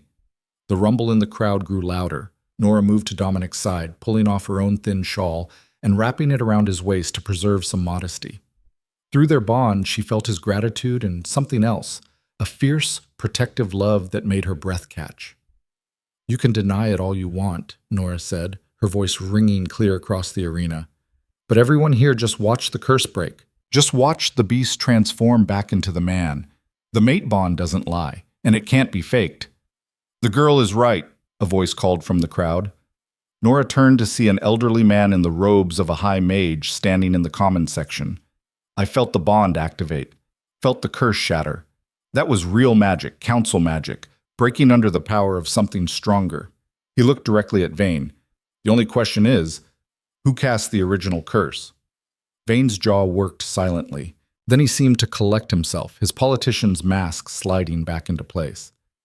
Even if this man is King Dominic, he said carefully, he abandoned his throne, disappeared for 6 months without word, leaving the kingdom in chaos. The council was forced to step in, to provide stability and leadership in his absence. I didn't abandon anything. Dominic's roar silenced Vane mid-sentence. You poisoned me in my own throne room. You and your cabal of spineless sycophants gathered in secret and performed a dark ritual that tore away my humanity and locked me in that cursed form. He gestured toward the dungeon entrance visible beyond the arena walls. You threw me in that hole and fed me guards to keep the beast raging, to keep me from ever finding the one person who could break the curse. Lies, Vane spat. The desperate fabrications of a man who— Then explain the timing, Braddock interrupted. The commander had moved to stand beside Dominic, his posture clearly protective despite his injury. Explain why the beast appeared the exact night King Dominic disappeared. Explain why you refused to let anyone but select guards near the dungeon. Explain why you commissioned a nightshade-poisoned weapon 6 months ago, specifically designed to kill a Lycan in beast form. Vane's eyes narrowed. You were supposed to be loyal, Commander. I am loyal, Braddock said quietly. To the crown, not to the man who stole it. The crowd's murmur had become a roar. People were standing now, shouting questions, demanding answers. Norah could see guards moving through the masses, but they seemed uncertain, half moving to contain the crowd, half looking toward the royal box for orders that weren't coming. People of Silverstone, Dominic's voice cut through the chaos. I know you have questions. I know this seems impossible, but I'm asking you to trust what you've seen with your own eyes. I was cursed by members of my own council, locked away to die, while they systematically dismantled everything I built. The Omega taxes, the land sales, the executions of loyal pack leaders. His voice broke slightly. I couldn't stop them. I could only rage and suffer and pray that somehow, someday, I'd find a way back to you. And we're supposed to just believe that? Someone shouted from the crowd. One supposed to accept that our council turned traitor? Not all of us. A new voice rang out. Lord Pemberton emerged from the crowd section, his face grim. Some of us had no idea. I voted for the Omega taxes because Vane said they were necessary to fund border defenses. I approved the land sales because I was told the kingdom needed the gold. He looked at Vane with naked disgust. I believed you when you said King Dominic had abandoned us. As did I, another voice called. Baron Creed stepped forward from a different section. I trusted the council's judgment, trusted that our actions were in the kingdom's best interest. His young face was twisted with anguish. But if this is true, if we've been deceived, then we've betrayed our own king. This is absurd, Lady Ashworth said, but her voice had lost its certainty. You'd condemn the entire council on the word of a man who just spent 6 months as a beast? On the claims of an Omega servant girl? That Omega servant girl just saved your king's life. Mira's voice rang out from the crowd. She'd pushed her way to the front, her knees still on her shoulders. She went into that dungeon knowing she'd probably die. She spent 3 days with a creature that had killed 4 men, and she didn't run, didn't give up. She saw what no one else could see, that the beast was still a man, that our king was still fighting. Other voices joined hers, servants mostly. Omegas and betas who'd suffered under Vane's policies, people who'd lost family members to the executions, who'd been taxed into poverty, who'd watched their kingdoms slowly crumble. I believe her, someone shouted. So do I, another voice called. King Dominic would never have abandoned us, a third person yelled. Vane's been lying from the start. The crowd was turning. Norah could see it happening in real time, the shift from confusion to understanding to rage. These people had suffered. They'd been told their suffering was necessary, that their king had abandoned them, and now they were learning it had all been a lie. Vane must have seen it too, because his expression shifted from defensive to dangerous. Guards, he shouted. Arrest them, the Beastman and the Omega both. They're using illegal magic to deceive the people. This is treason of the highest order. But the guards didn't move. They stood frozen, looking between Vane and Dominic, uncertainty written across every face. That's an order, Vane screamed. Countermanded, Dominic said quietly, but his voice carried. I am the rightful king of this realm. I have broken the curse through legal means. Trial by combat, won fairly, and a mate bond witnessed by thousands. By law and by right, I reclaim my throne. You can't, Vane said desperately. The council hasn't verified your identity. There are protocols, processes. Then verify it, Dominic said. He gestured to the high mage who'd spoken earlier. Master Aldrich, you've known me since I was a boy. You taught me magic theory when I was 10. You were there when my father died and when I took the crown. Look at me. Tell these people who I am. The old mage stepped forward, his weathered face grave. He approached Dominic slowly, then raised a hand glowing with soft blue light. The magic washed over Dominic, and Norah felt it through their bond. Not intrusive, but searching, verifying. After a long moment, Master Aldrich lowered his hand. This is Dominic Crow, he said clearly, son of King Aldrich the Just, inheritor of the Lycan bloodline, rightful king of Silverstone. There is no illusion, no deception. This is the man who disappeared 6 months ago. He turned to face the royal box. And if he was cursed as he claims, then someone in that box is guilty of regicide and treason. The arena erupted. Vane stumbled backward, his face contorted with rage and fear. Lady Ashworth grabbed his arm, whispering urgently in his ear. 2 other council members, a thin man in green robes and a heavy-set woman with silver hair, had gone pale as corpses. This isn't over, Vane said, his voice shaking. Even if you are King Dominic, you can't prove the council cursed you. You can't prove— Actually, we can, a new voice interrupted. Everyone turned to see a cloaked figure stepping out from the shadows beneath the royal box. When she threw back her hood, Norah gasped. It was Mira's aunt, the former lady's maid, her gray hair pulled back in a severe bun and her eyes blazing with determination. My name is Helena Marsh, she said, and I was present the night of the curse. Vane's face went from white to red. You were sent away. You left the castle. I was supposed to leave, Helena corrected. You paid me well to disappear and keep my mouth shut about what I'd seen. But I stayed. I've been working in the lower kitchens for 6 months, watching, waiting, hoping that someday the truth would come out. She pulled a small leather journal from her cloak, and I wrote down everything, every conversation I overheard, every secret meeting, every piece of the conspiracy. She opened the journal and began to read. 16th day of the autumn month, year 1247. Witness council meeting in the West Tower at midnight. Present, Magistrate Marcus Vane, Lady Catherine Ashworth, Lord Edward Grimm, and Councillor Sarah Blackwood. Discussion centered on removing the king permanently without martyrdom. Lady Ashworth proposed a curse, citing contacts with dark mages from the Shadowlands. Vane lurched forward. That journal is fabricated. This woman is lying. 23rd day of autumn month, Helena continued, her voice growing stronger. Overheard conversation between Vane and a hooded stranger in the East Gardens. Stranger delivered a vial of purple liquid. Vane paid with a chest of gold. Heard the word bloodbane, the potion required to weaken a Lycan's natural defenses before cursing. Stop her! Lady Ashworth shrieked. Lady Tit. But Braddock had moved to stand in front of Helena, his sword, the poisoned one he'd dropped, now back in his hand and pointed at the royal box. Let her speak, he said quietly. Helena's eyes met Dominic's, and Norah saw tears streaming down the older woman's face.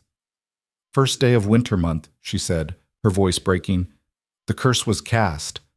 I watched from the servants' passage, saw the king collapse during the council meeting, saw the 4 of them circle him, chanting in a language that made my ears bleed, saw his form twist and change until the beast stood where the man had been.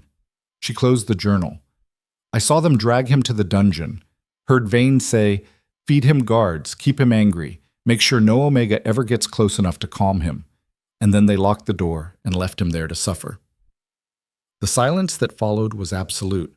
Then Dominic spoke, and his voice was cold as winter ice. Marcus Vane, Catherine Ashworth, Edward Grimm, Sarah Blackwood, you are hereby charged with high treason, conspiracy to commit regicide, illegal use of dark magic, and crimes against the crown. You will be taken into custody immediately to await trial. This is illegal, Vane shouted. You can't charge sitting council members without a formal hearing. I'm the king, Dominic said flatly. I can do whatever I want. But if you'd like a formal hearing, we can certainly arrange one. I'm sure the people would love to hear you try to explain your way out of eyewitness testimony, a written record, and the fact that I'm standing here, curse broken, very much alive and very, very angry. Guards were moving now, finally responding to their true king's authority. They surrounded the royal box, and Norah saw the four conspirators realize they had nowhere to run. Vane's face twisted into something ugly. His hand moved to his belt, to that small vial he'd threatened Dominic with in the dungeon, and Norah felt ice shoot through her veins. If I can't have the throne, Vane snarled, neither can you. He hurled the vial directly at Dominic. Everything happened at once. Braddock lunged forward, his warrior reflexes driving him to intercept. Norah threw herself toward Dominic, some instinct screaming at her to protect her mate. And Dominic, weakened and wounded, could only raise his arms in a futile attempt to shield himself. The vial shattered against Braddock's chest. Purple smoke erupted, the same sickly color as the potion that had enabled the curse, and the commander screamed. His body convulsed, skin rippling as the concentrated curse magic slammed into him with the force of a battering ram. No! Dominic caught Braddock as the older man collapsed. Helena, get Master Aldrich, now! But Norah could see it was too late.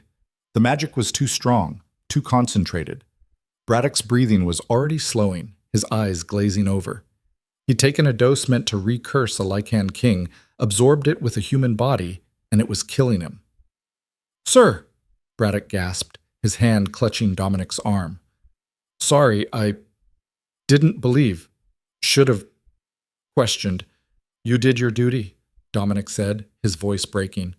You protected your king. That's all I ever asked. The girl, Braddock wheezed, his eyes finding Norah. She was right, worth fighting for. Then his eyes closed and his hand went limp. Dominic's roar of grief and rage shook the arena. Through their bond, Norah felt the full weight of his anguish, not just for Braddock, but for all of it. 6 months of suffering, 4 guards dead by his own clawed hands, a loyal commander poisoned trying to save him, a kingdom nearly destroyed by the very people sworn to protect it. Take them, Dominic said, his voice deadly quiet. All 4. Lock them in the same dungeon where they kept me. Let them see how it feels. The guards moved swiftly now, dragging Vane and his co-conspirators away. Vane was screaming something about appeals and legal rights, but no one was listening.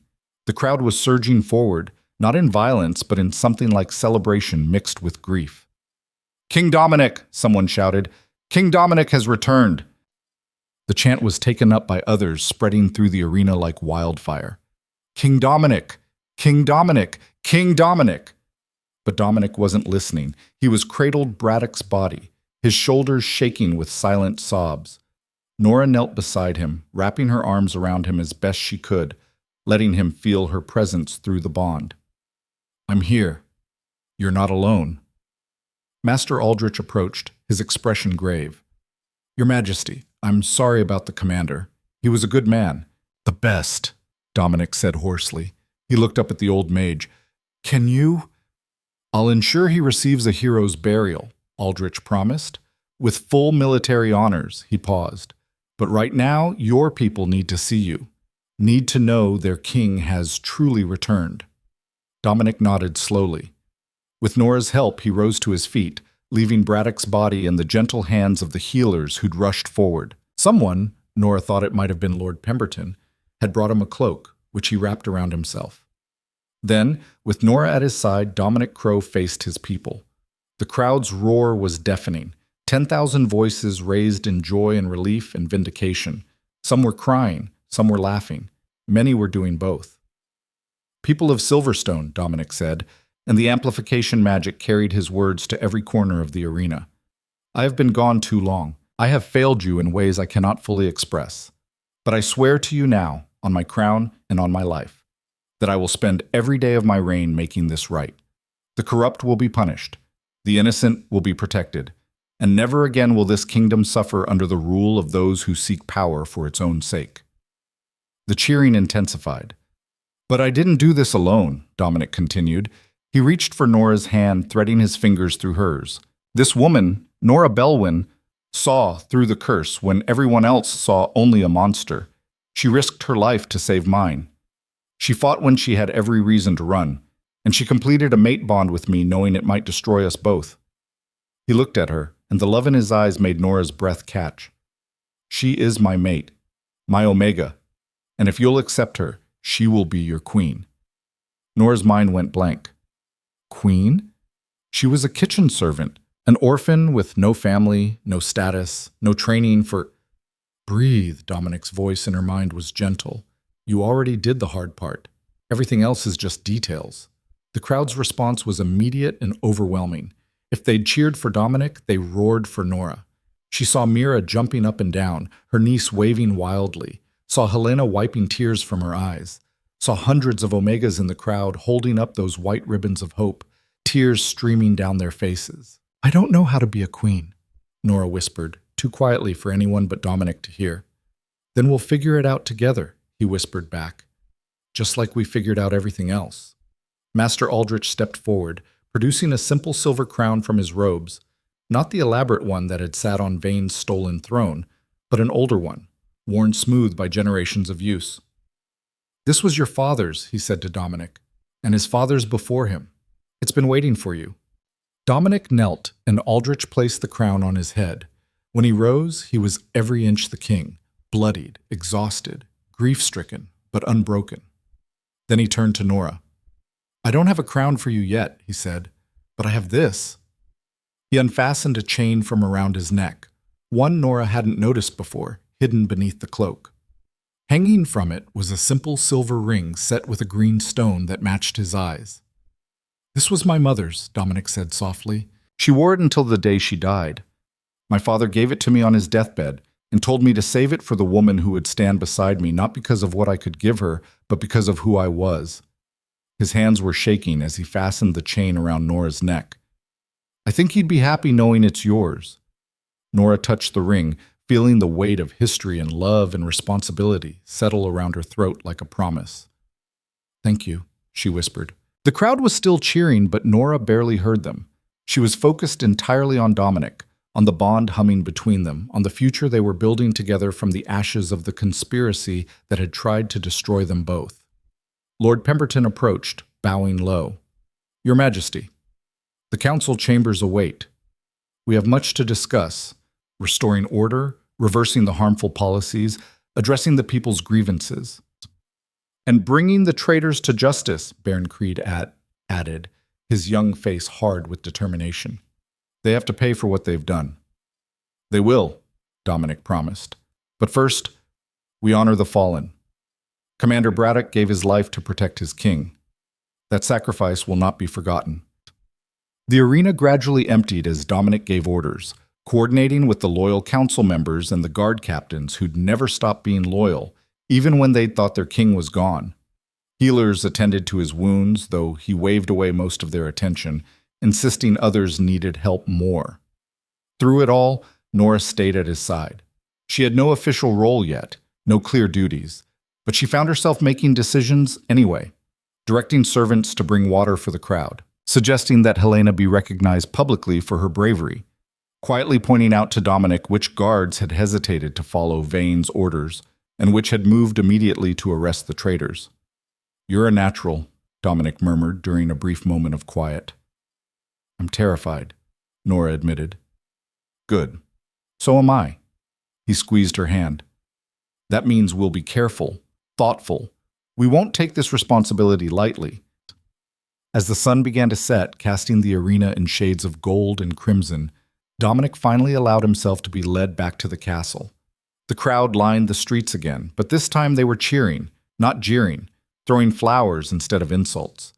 Norah saw children hoisted on their parents' shoulders to get a glimpse of their king, saw elderly Omegas weeping with relief, saw the hope on faces that had been worn down by 6 months of Vane's cruel policies. This was what they'd fought for.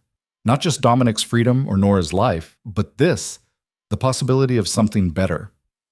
A kingdom where strength meant protecting the vulnerable, not exploiting them, where an Omega servant could stand beside a king and be accepted, where justice mattered more than power. They still had so far to go. The traitors still needed to be tried. The damage Vane had done needed to be undone. And Norah had to learn how to be a queen when, just yesterday, she'd been scrubbing pots in the kitchen. But as they passed through the castle gates, with the bond between them strong and steady, Norah felt something she'd never felt before. Hope. Not the desperate, fragile hope of a condemned prisoner, but the solid, unshakable hope of someone who'd faced the worst and survived, who'd loved fiercely and been loved in return, who'd changed the world simply by refusing to give up. The castle's servants lined the halls, and when they saw Dominic and Norah, they dropped into deep bows and curtsies. But Dominic stopped them. "No," he said gently, "not tonight. Tonight, we're all just people who survived something terrible together." He looked at each face. "Tomorrow, we'll start building something better. But tonight, we rest and remember those who didn't make it." Mira pushed through the crowd, her niece still on her shoulders. "Your Majesty, Miss Norah."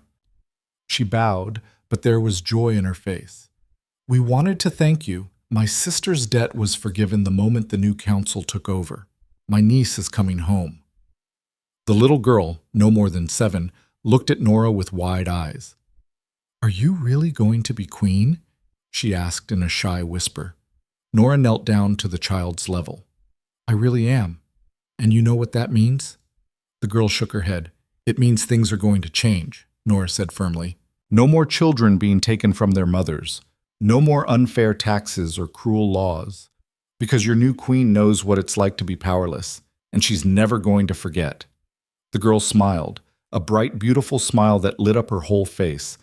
Then she reached out and placed a small white ribbon in Norah's hand. "For hope," she said. Norah closed her fingers around the ribbon, feeling the tears prick her eyes. "For hope," she repeated. As they continued toward the royal chambers that would now be theirs, Dominic pulled Norah close.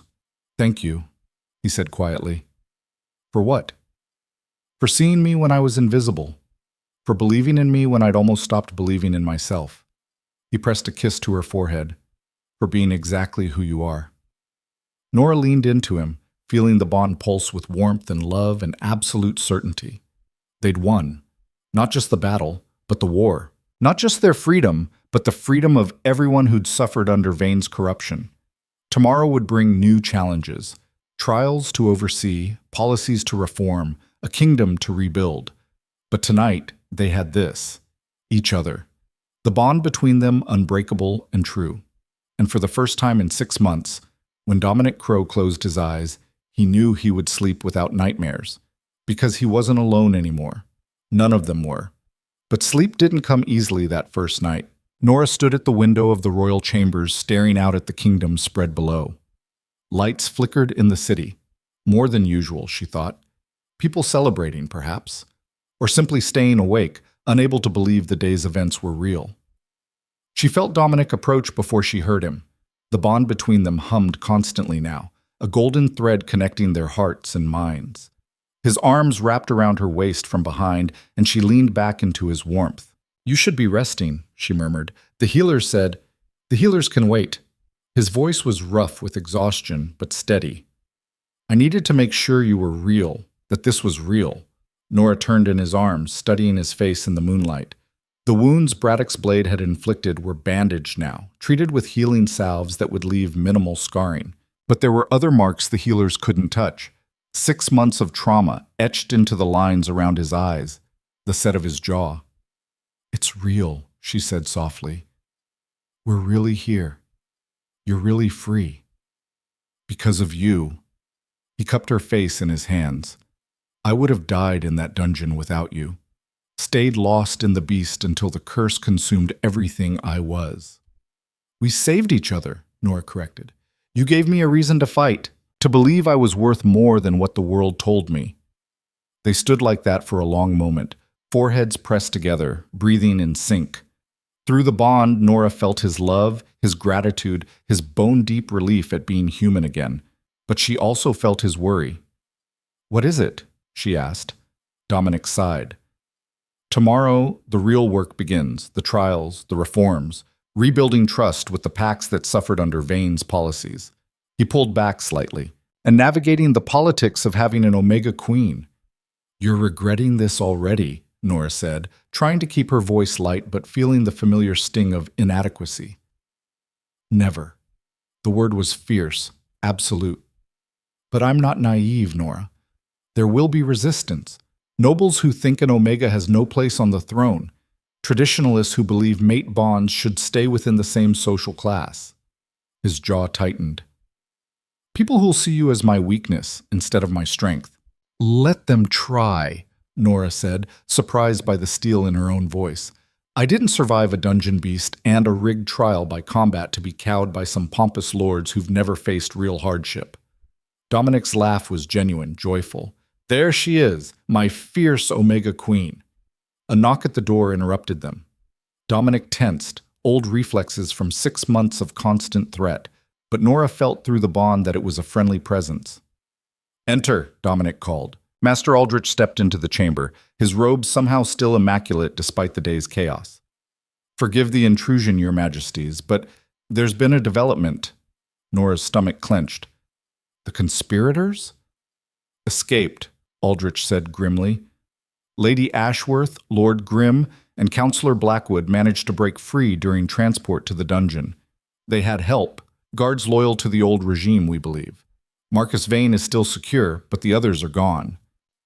Dominic's fury blazed through the bond, making Norah wince, but when he spoke, his voice was controlled. How many guards were involved? We're still determining that, but your majesty, there's more. Aldrich's expression grew even graver. Before they escaped, Lady Ashworth sent a message to the northern border packs. She's claiming you're an imposter, that the curse breaking was staged, that this is all an elaborate conspiracy to seize power. That's insane, Norah said. Thousands of people witnessed the transformation. We have Helena's testimony, the journal. Logic doesn't matter to those who benefit from chaos, Aldrich interrupted gently. The northern packs have been semi-autonomous for years. They resent the crown's authority. If Ashworth can convince them you're illegitimate, they might use it as an excuse to declare independence. Dominic began pacing, his tactical mind clearly working through scenarios. Who leads the northern packs now? Alpha Garrick Stonefang. He's young, ambitious, and has no love for the crown after his father was executed 6 months ago. Executed by Vane, Dominic said bitterly, for supporting me, for questioning the council's authority. He stopped pacing, facing Aldrich. Garrick thinks I abandoned his father. Let him die without intervention. Yes, your majesty. Through the bond, Norah felt Dominic's anguish. Another casualty of Vane's conspiracy. Another wound to heal. Then we go to him Norah said suddenly. Both men turned to stare at her. We go to the northern packs. Face Garrick directly.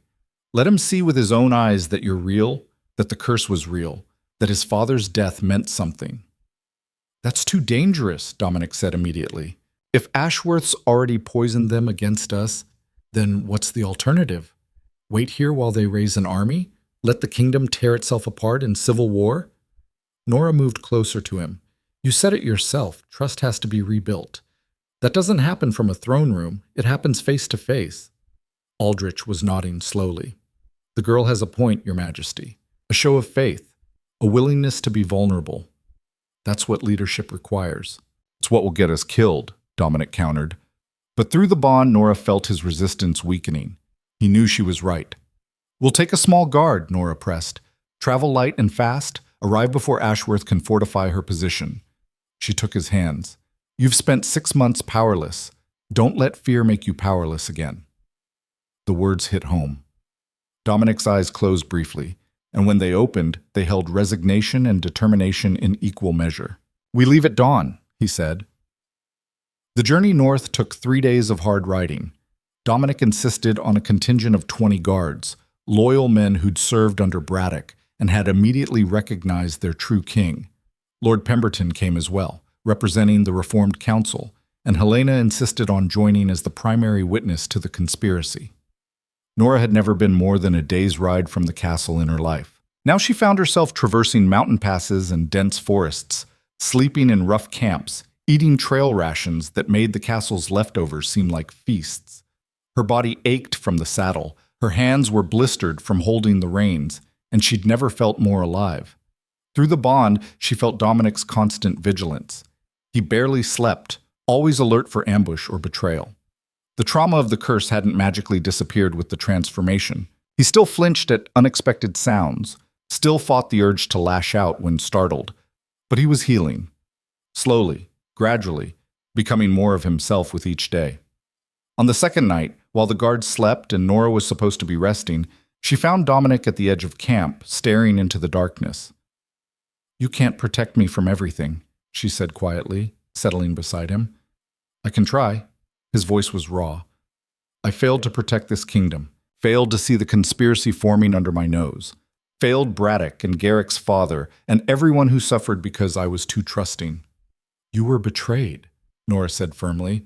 "That's not the same as failing, and you're here now, making it right. That's what matters." "Is it?" He finally looked at her, and the pain in his eyes made her chest ache. "How many more people will suffer before I fix what they broke? How many will die because I wasn't strong enough to prevent the curse?" Norah took his face in her hands, forcing him to meet her gaze. "Listen to me. The curse wasn't your weakness. It was theirs. They were so afraid of your strength, your compassion, your ability to unite people. They had to resort to dark magic to stop you. That doesn't make you weak. It makes you dangerous to those who profit from division." She felt the exact moment her words reached him through the bond. A shift, subtle but profound, as he began to believe them. "When did you get so wise?" he asked, a ghost of a smile touching his lips. "I had a good teacher," Norah said. "A cursed king who fought for 6 months to stay himself despite everything trying to take that away. If that's not strength, I don't know what is." They reached the Northern Territories on the third day. The landscape changed dramatically. Rolling hills gave way to jagged peaks, dense forests to rocky highlands. The air was colder here, sharp with the promise of early snow. And everywhere Norah looked, she saw evidence of Vane's policies. Abandoned farms, villages with too few people, the hollow-eyed stares of those who'd survived but barely. "It's worse than I thought," Dominic murmured, as they rode through a settlement where children watched them pass with wary suspicion instead of curiosity. "They don't know you're back," Lord Pemberton said. "Ashworth's message reached them before we did. They think we're the enemy." The Stonefang Pack's stronghold was carved into the mountain itself, a fortress of stone and timber that looked like it had grown organically from the rock. Guards lined the walls, arrows nocked and ready. As Dominic's group approached, a massive gate swung open and a single figure emerged. Alpha Garrick Stonefang was perhaps 25, with the build of a warrior and the eyes of someone who'd seen too much death too young. His dark hair was pulled back in a wolf-tail braid, and scars crisscrossed his bare arms, marks of status among the northern packs. "That's close enough," Garrick called out when they were still 50 yards from the gate. "State your business." Dominic dismounted, and Norah immediately followed suit, standing at his shoulder. Through the bond, she felt his nervousness masked by royal composure. "I am Dominic Crow, Lycan King of Silverstone," Dominic said, his voice carrying across the distance. "I've come to speak with you about your father's death and the conspiracy that stole 6 months from both of us." Garrick's laugh was bitter. "Dominic Crow is dead, or cursed, or hiding like a coward. The stories change depending on who's telling them. But whoever you are, you're not welcome here." "I am exactly who I claim to be," Dominic said steadily. "And I can prove it. Your father, Theron Stonefang, came to my court 4 years ago seeking arbitration in a border dispute with the Western Pacts. We stayed up until dawn working out a solution, and in that time he told me about his son, about how you'd saved your sister from a rock slide when you were 12, how you'd broken your leg doing it but never complained, how proud he was of your courage." Garrick's expression flickered. Anyone could have learned that story. "And he told me his greatest fear," Dominic continued, his voice softening, "that he'd die in battle before seeing you take a mate, before meeting his grandchildren. He made me promise that if anything happened to him, I'd make sure you knew he loved you, that he was proud of you, that his only regret was not telling you that more often." The silence stretched taut as a bowstring. "My father died believing you'd abandoned him," Garrick said, but his voice had lost its certainty. "He was executed for questioning the council, for demanding to know where you were, and you did nothing. Because I couldn't. Dominic said, anguish bleeding through every word. I was locked in a dungeon, cursed into a beast form, unable to speak or reason or do anything except rage and suffer. They made me kill guards, Garrick, good men who were just doing their jobs. They made me into a monster so they could rule in my name. Convenient story, Garrick said, but he was wavering. Norah could see it in his posture, hear it in his voice.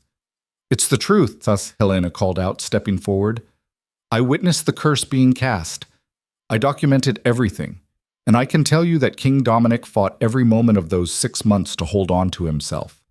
Your father's execution haunted him. I heard him howling in grief the night it happened. Even the beast understood that loss. Garrick's jaw worked silently. Then he looked at Norah. And who are you? He asked. Norah Bellwin, she said, lifting her chin. His mate, the Omega who broke the curse. An Omega broke a curse cast by the High Council? Garrick's skepticism was palpable. How? Through a mate bond, Norah said simply. Through love and faith and refusing to see a monster where a man stood. Through being exactly what the conspirators never expected, someone who believed in him when he'd almost stopped believing in himself. Something in her words must have resonated, because Garrick's expression softened fractionally.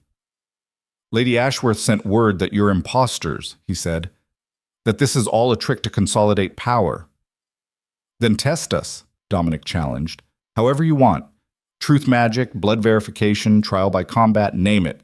I'll submit to anything that proves who I am. And if you fail, Garrick asked. Then execute us both, Dominic said flatly. Because if I'm not who I claim, then I have no right to the throne. And this kingdom deserves better than another liar wearing a stolen crown. The boldness of the statement clearly caught Garrick off guard. He studied Dominic for a long moment, then nodded slowly. Truth magic, he said. Witnessed by the pack elders. If you're lying, if any of this is deception, the magic will reveal it. Agreed, Dominic said without hesitation. They were led into the stronghold through corridors carved from living rock and decorated with the bones and pelts of legendary hunts. The pack elders waited in a great hall heated by 3 massive fireplaces. 7 of them, ranging in age from weathered to ancient, sat in a semicircle facing a raised platform. The oldest, a woman whose white hair fell past her waist, gestured for Dominic to approach. Kneel, she commanded. Dominic knelt. The woman produced a silver bowl filled with a luminescent blue liquid. Drink, she said. The truth water will bind your tongue to honesty. Any lie will poison you. Norah felt Dominic's spike of fear through the bond, not of the truth, but of poison, of being vulnerable again. But he took the bowl and drank without hesitation. State your name, the elder commanded. Dominic Aldrich Crow, son of King Aldrich the Just, Lycan King of Silverstone and the Northern Territories. The liquid in the remaining bowl glowed brighter. Truth. Were you cursed by your own council? Yes, by Marcus Vane, Catherine Ashworth, Edward Grimm, and Sarah Blackwood. The glow intensified. Did you order the execution of Theron Stonefang? No, I was already cursed when he died, trapped in beast form, unable to speak or act on his behalf. Still glowing. Do you claim this Omega as your true mate? Dominic's eyes found Norah's across the hall. Yes, she is my mate, my queen, and the reason I'm standing here instead of lost forever to the curse. The bowl's glow became almost blinding. The elder nodded slowly. The truth water does not lie. This is Dominic Crow. She looked at Garrick. Your king has returned. Garrick stood frozen for a moment. Then slowly he dropped to one knee. Your Majesty, he said, his voice thick with emotion. Forgive me. I should have known. Should have believed. There's nothing to forgive, Dominic said, moving to raise Garrick to his feet. You protected your people when you thought I'd abandoned them. That's exactly what I would have wanted. He gripped Garrick's shoulders. Your father would be proud of you. I'm proud of you. The young Alpha's composure cracked. Tears streamed down his face as he embraced his king, not a formal gesture, but something raw and real. They took him from me, Garrick said brokenly. Took him, and I couldn't save him. I know, Dominic said. I know. And we'll make them answer for it, all of them. Through the bond, Norah felt Dominic's own grief surfacing. The 2 men held each other, mourning together, and something shifted in the room. The elders' expressions softened. The guards relaxed their stances. This was healing. Real, messy, painful healing. When they finally pulled apart, Garrick wiped his eyes and straightened his spine. "The Northern Packs stand with you, Your Majesty," he said formally. "Whatever you need, we're yours." "I need you to spread the word," Dominic said. "To every pack, every settlement. The curse is broken. The conspirators will face justice, and anyone who suffered under Vane's policies will have their grievances addressed." "Consider it done," Garrick said. But before they could continue, alarms rang through the stronghold. "Attack!" someone shouted. "Forces approaching from the south!" They rushed to the walls and Norah's heart sank. An army, at least 500 strong, was advancing on the stronghold. And at its head, mounted on a white horse and carrying a banner that bore the old council's seal, was Lady Catherine Ashworth. "She must have been gathering loyalists," Lord Pemberton said grimly, "preparing for this." "She can't win," Garrick said. "Not against the fortress. But she can lay siege, starve us out."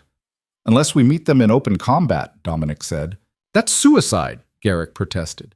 "We have maybe 200 fighters here. They have more than twice that." "But we have something they don't," Norah said quietly. Everyone turned to look at her. "We have the truth. And we have a king who just proved his identity beyond doubt." "What are you suggesting?" Dominic asked. "Let me go out there," Norah said. "Let me talk to them. Soldier to soldier, person to person. Let me tell them what really happened." "Absolutely not," Dominic said immediately. "It's too dangerous. Ashworth would kill you on sight." "She can't," Norah interrupted. "Not in front of 500 witnesses. Not without proving everything we've said about her." She gripped his hands. "Trust me. Trust the bond between us. I can feel it. Those soldiers down there, they're not all loyalists. Some are just following orders. Some don't know the truth. Give me a chance to reach them." Through the bond, she felt his terror at the thought of risking her, but also his recognition that she was right. "I'm going with you," he said finally. "No," Norah said gently. "If we both go and something happens, the kingdom loses everything. But if I go alone, I'm just an omega, harmless, unthreatening." She smiled. "Let me use their assumptions against them." Dominic pulled her close, pressing his forehead against hers. "If anything happens to you, it won't," Norah promised. "We didn't survive everything we've been through just to fail now." 20 minutes later, Norah rode alone through the gates of the stronghold, carrying a white flag of parley. Her heart hammered against her ribs, but she kept her spine straight, her gaze forward. The army waited, weapons drawn but held at rest. As Norah approached, she saw their faces, young and old, scared and hardened, uncertain and angry. Not the faceless enemy she'd imagined, but people, just people caught up in forces beyond their control. Lady Ashworth rode forward to meet her, her beautiful face twisted with contempt. "The little Omega," she sneered. "Come to beg for mercy?" "I've come to offer truth," Norah said loudly, making sure her voice carried to the soldiers behind Ashworth. "These people deserve to know who they're fighting for." "They're fighting for stability," Ashworth said. "For a return to proper order after your chaos." "A proper order?" Norah's laugh was sharp. "Is that what you call cursing your own king? Locking him in a dungeon for 6 months while you bled the kingdom dry? Executing loyal pack leaders who dared to question you?" Murmurs rippled through the army. Ashworth's eyes narrowed dangerously. "Careful, girl. You're surrounded by my forces. One word from me and you prove everything I've said is true," Norah interrupted. "You want these soldiers to believe I'm lying? Then answer me in front of them. Explain why you commissioned a curse from dark mages. Explain why Helena Marsh's journal details your conspiracy step by step. Explain why you fled instead of standing trial." "That journal is fabricated," Ashworth spat. "And Helena is a disgruntled servant seeking revenge." "Then submit to truth magic," Norah challenged. "Right here, right now. Drink truth water like King Dominic did in the Stonefang stronghold. Prove your innocence in front of these people you're asking to die for you." Ashworth's face went pale, then red. "I don't have to prove anything to you." "But you do have to prove it to them," Norah said, gesturing to the army. She raised her voice. "King Dominic Crow has returned. The curse is broken. He stands ready to reclaim his throne and restore justice to this kingdom. But he won't do it through violence if it can be avoided. He's offering amnesty to anyone who lays down their weapons. Full pardons for those who were deceived. A chance to be part of rebuilding instead of destroying. "She's lying!" Ashworth screamed. "Dominic Crow is right here," Dominic's voice rang out. Norah turned to see him riding through the gates, flanked by Garrick and the pack elders. He'd armed himself, not in full battle armor, but in the ceremonial garb of the Lycan King, crown gleaming in the late afternoon sun. The effect on the army was immediate and dramatic. Soldiers began lowering their weapons, staring in shock and awe. Some dropped to their knees. "I am Dominic Crow," he said, his voice carrying across the field with supernatural clarity. "I was betrayed by members of my own council, cursed and imprisoned while they ruled in my name. But I have returned, and I offer you all a choice. Stand with me in rebuilding this kingdom, or stand aside and let justice be served. But I will not ask you to die for a conspiracy you had no part in creating." "He's an imposter!" Ashworth shrieked, but her voice was lost in the growing murmur of the crowd. "If he's an imposter," a voice called from the ranks, a grizzled sergeant with gray in his beard, "then how does he know about the Battle of Grey Ridge? I served under him there. I watched him save my entire unit when we were surrounded. That man has the same scar on his neck from the blade that nearly killed him. The same way of standing, the same—" His voice broke. "The same honor." Other voices joined his, soldiers who'd served under Dominic, who'd seen him in battle, in council, in the quiet moments that defined a leader. One by one, they began laying down their weapons. "No!" Ashworth's composure shattered completely. She drew a dagger, silver-bladed, inscribed with runes, and lunged toward Norah, but Norah was already moving. The weeks of working with Dominic, of learning to read intent and movement through their bond, had taught her things she'd never known she could learn. She sidestepped the blade and grabbed Ashworth's wrist, using the woman's own momentum to throw her off balance. Ashworth hit the ground hard, the dagger skittering away. Before she could rise, Garrick's warriors had surrounded her. "It's over, Catherine," Dominic said quietly, dismounting and walking to stand beside Norah. "Surrender with dignity, or be dragged back in chains. Your choice." Ashworth looked around at the army that was no longer hers, at the forces closing in, at the king she'd tried to destroy standing tall and whole. And something in her finally broke. "I did it for the kingdom," she said, her voice hollow. "You were too weak, too concerned with fairness and compassion. The kingdom needed strength." "The kingdom needed justice," Dominic corrected, "and it will have it. You'll stand trial for your crimes. All of them." As the guards took Ashworth into custody, the army began formally surrendering.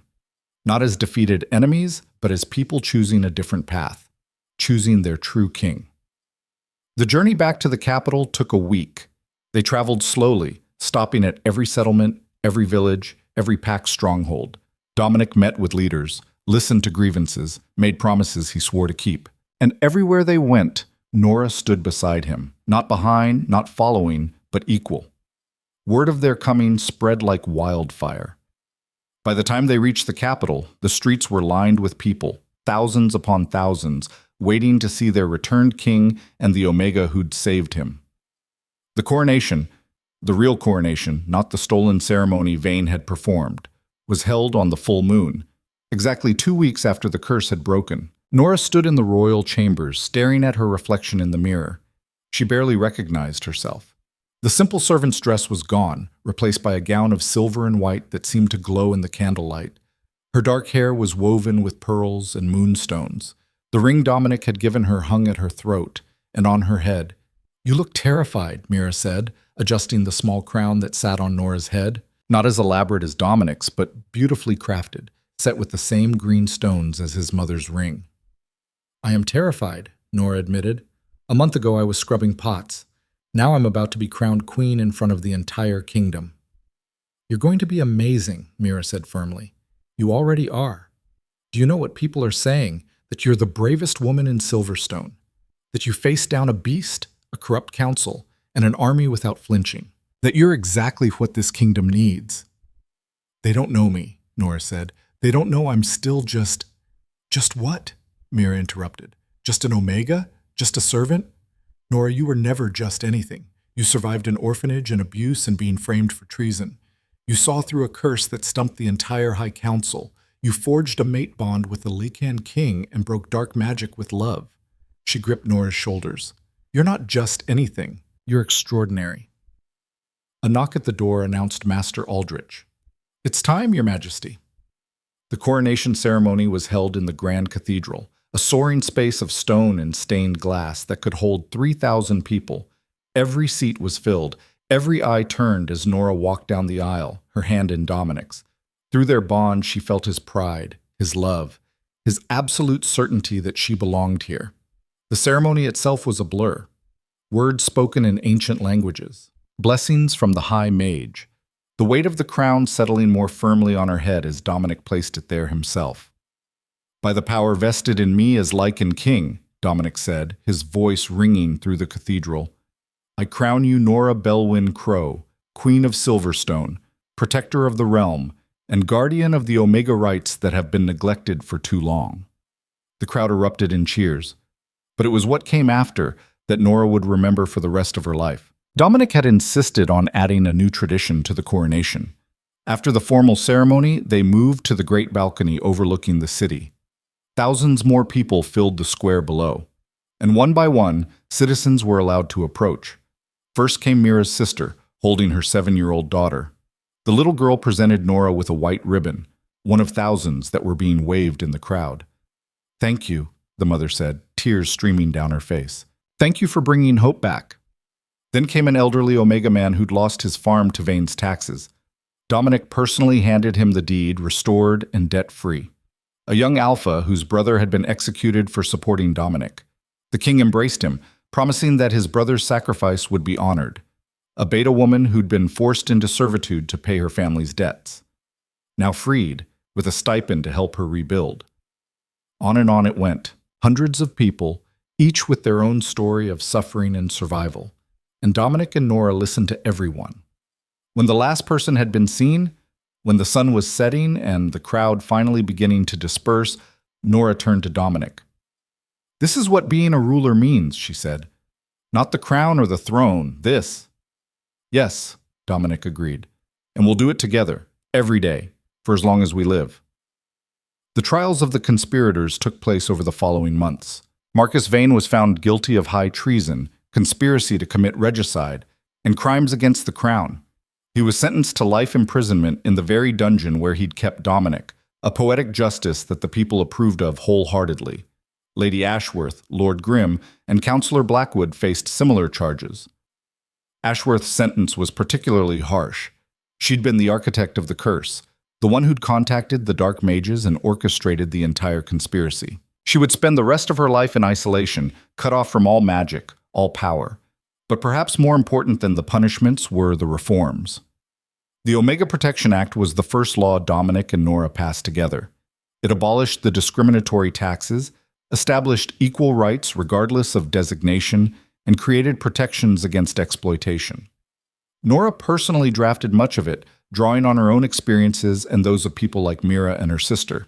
The Land Restoration Act returned properties seized under Vane's regime to their rightful owners, with compensation for those who'd suffered. The Pac Autonomy Agreement gave the Northern Territories more self-governance while maintaining their connection to the Crown, a balance that honored both their independence and their loyalty. And the Memorial of the Fallen established a permanent monument to those who died during the conspiracy, including Commander Braddock. His name was carved first, largest, a testament to his sacrifice. 6 months after the coronation, Norah stood in the palace gardens, the same gardens where Helena had once overheard Vane's conspiracy. But they'd been transformed. Where there had been shadows and secrets, now there was light and openness. The garden had been redesigned as a public space where any citizen could walk, could speak with their rulers, could feel ownership of the kingdom they belonged to. Dominic found her there, standing beneath a flowering tree that hadn't bloomed in years but was now covered in white blossoms. "Penny for your thoughts, my queen," he said, wrapping his arms around her waist. "Just remembering," Norah said, leaning back against him. "A year ago, I was a servant who thought she'd die in a dungeon. Now I'm..." "Everything," Dominic finished. "You're everything." Through their bond, Norah felt the truth of his words, but also something else, something new. She took his hand and placed it on her stomach. "We're going to need a nursery," she said quietly. Dominic went very still.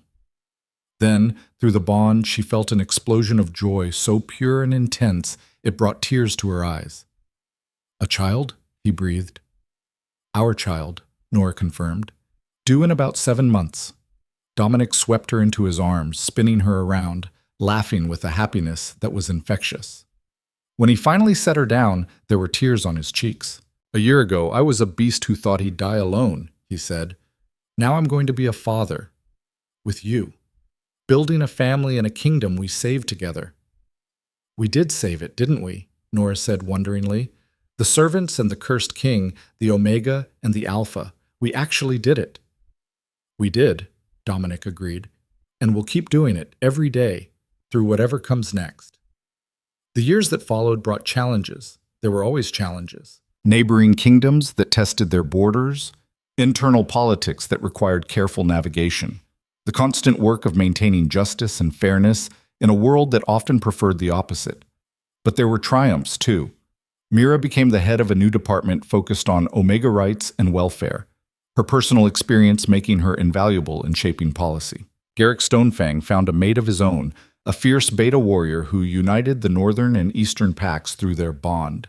Helena published her journal, which became required reading in every school, ensuring that future generations would know the true cost of corruption. And the child Norah carried, a daughter born with her mother's dark hair and her father's green eyes, grew up in a kingdom that valued her not for her designation, but for who she was. She was named Brenna, after the old word for strength, and she would be the first heir to the throne born of a mated Omega Alpha pair in 3 generations. On the 10th anniversary of Dominic's return, they held a celebration in the arena, not a trial or a battle, but a festival. Music and dancing, food and laughter, thousands of people gathered in the place where a cursed king had transformed back into a man. Norah stood with Dominic in the center of it all, their daughter on his shoulders, and looked out at the faces surrounding them. Rich and poor, Alpha and Omega and Beta, from every corner of the kingdom, all of them free, all of them protected under laws that valued justice over power. "Do you ever wonder what would have happened?" Dominic asked quietly. "If they'd thrown someone else into that dungeon? If you died before breaking the curse?" "Sometimes," Norah admitted. "But then I remember, it had to be us. The bond was always there, waiting. We just had to be brave enough to claim it." "You were brave enough," Dominic corrected. "I was the one who needed saving." "We saved each other," Norah said, as she always did. "That's how it works." As the sun set over the kingdom, painting the sky in shades of gold and crimson, Norah thought about the girl she'd been. The frightened servant in a dungeon, certain she was going to die. That girl could never have imagined this. The crown on her head, the child in her mate's arms, the kingdom that looked to her for guidance and protection, but she'd always had it in her. The strength, the courage, the refusal to accept that her circumstances defined her worth. She just needed someone to see it. And Dominic had seen it, even when he was lost in the darkness of the curse.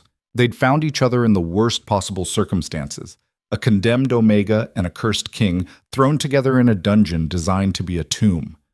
And they'd turned it into a beginning. The story of the cursed king and his Omega queen became legend. It was told around fires and in great halls, in servant quarters and throne rooms. Each telling added new details, new embellishments, but the core truth remained. Love could break any curse. Courage could overcome any obstacle. And sometimes the people the world dismissed as worthless were exactly the ones who changed everything. Norah Bellwin had started as nobody, an orphan, a servant, an Omega with no status or power. But she'd become somebody. Not because of a crown or a title, but because she'd chosen to be brave when it would have been easier to give up.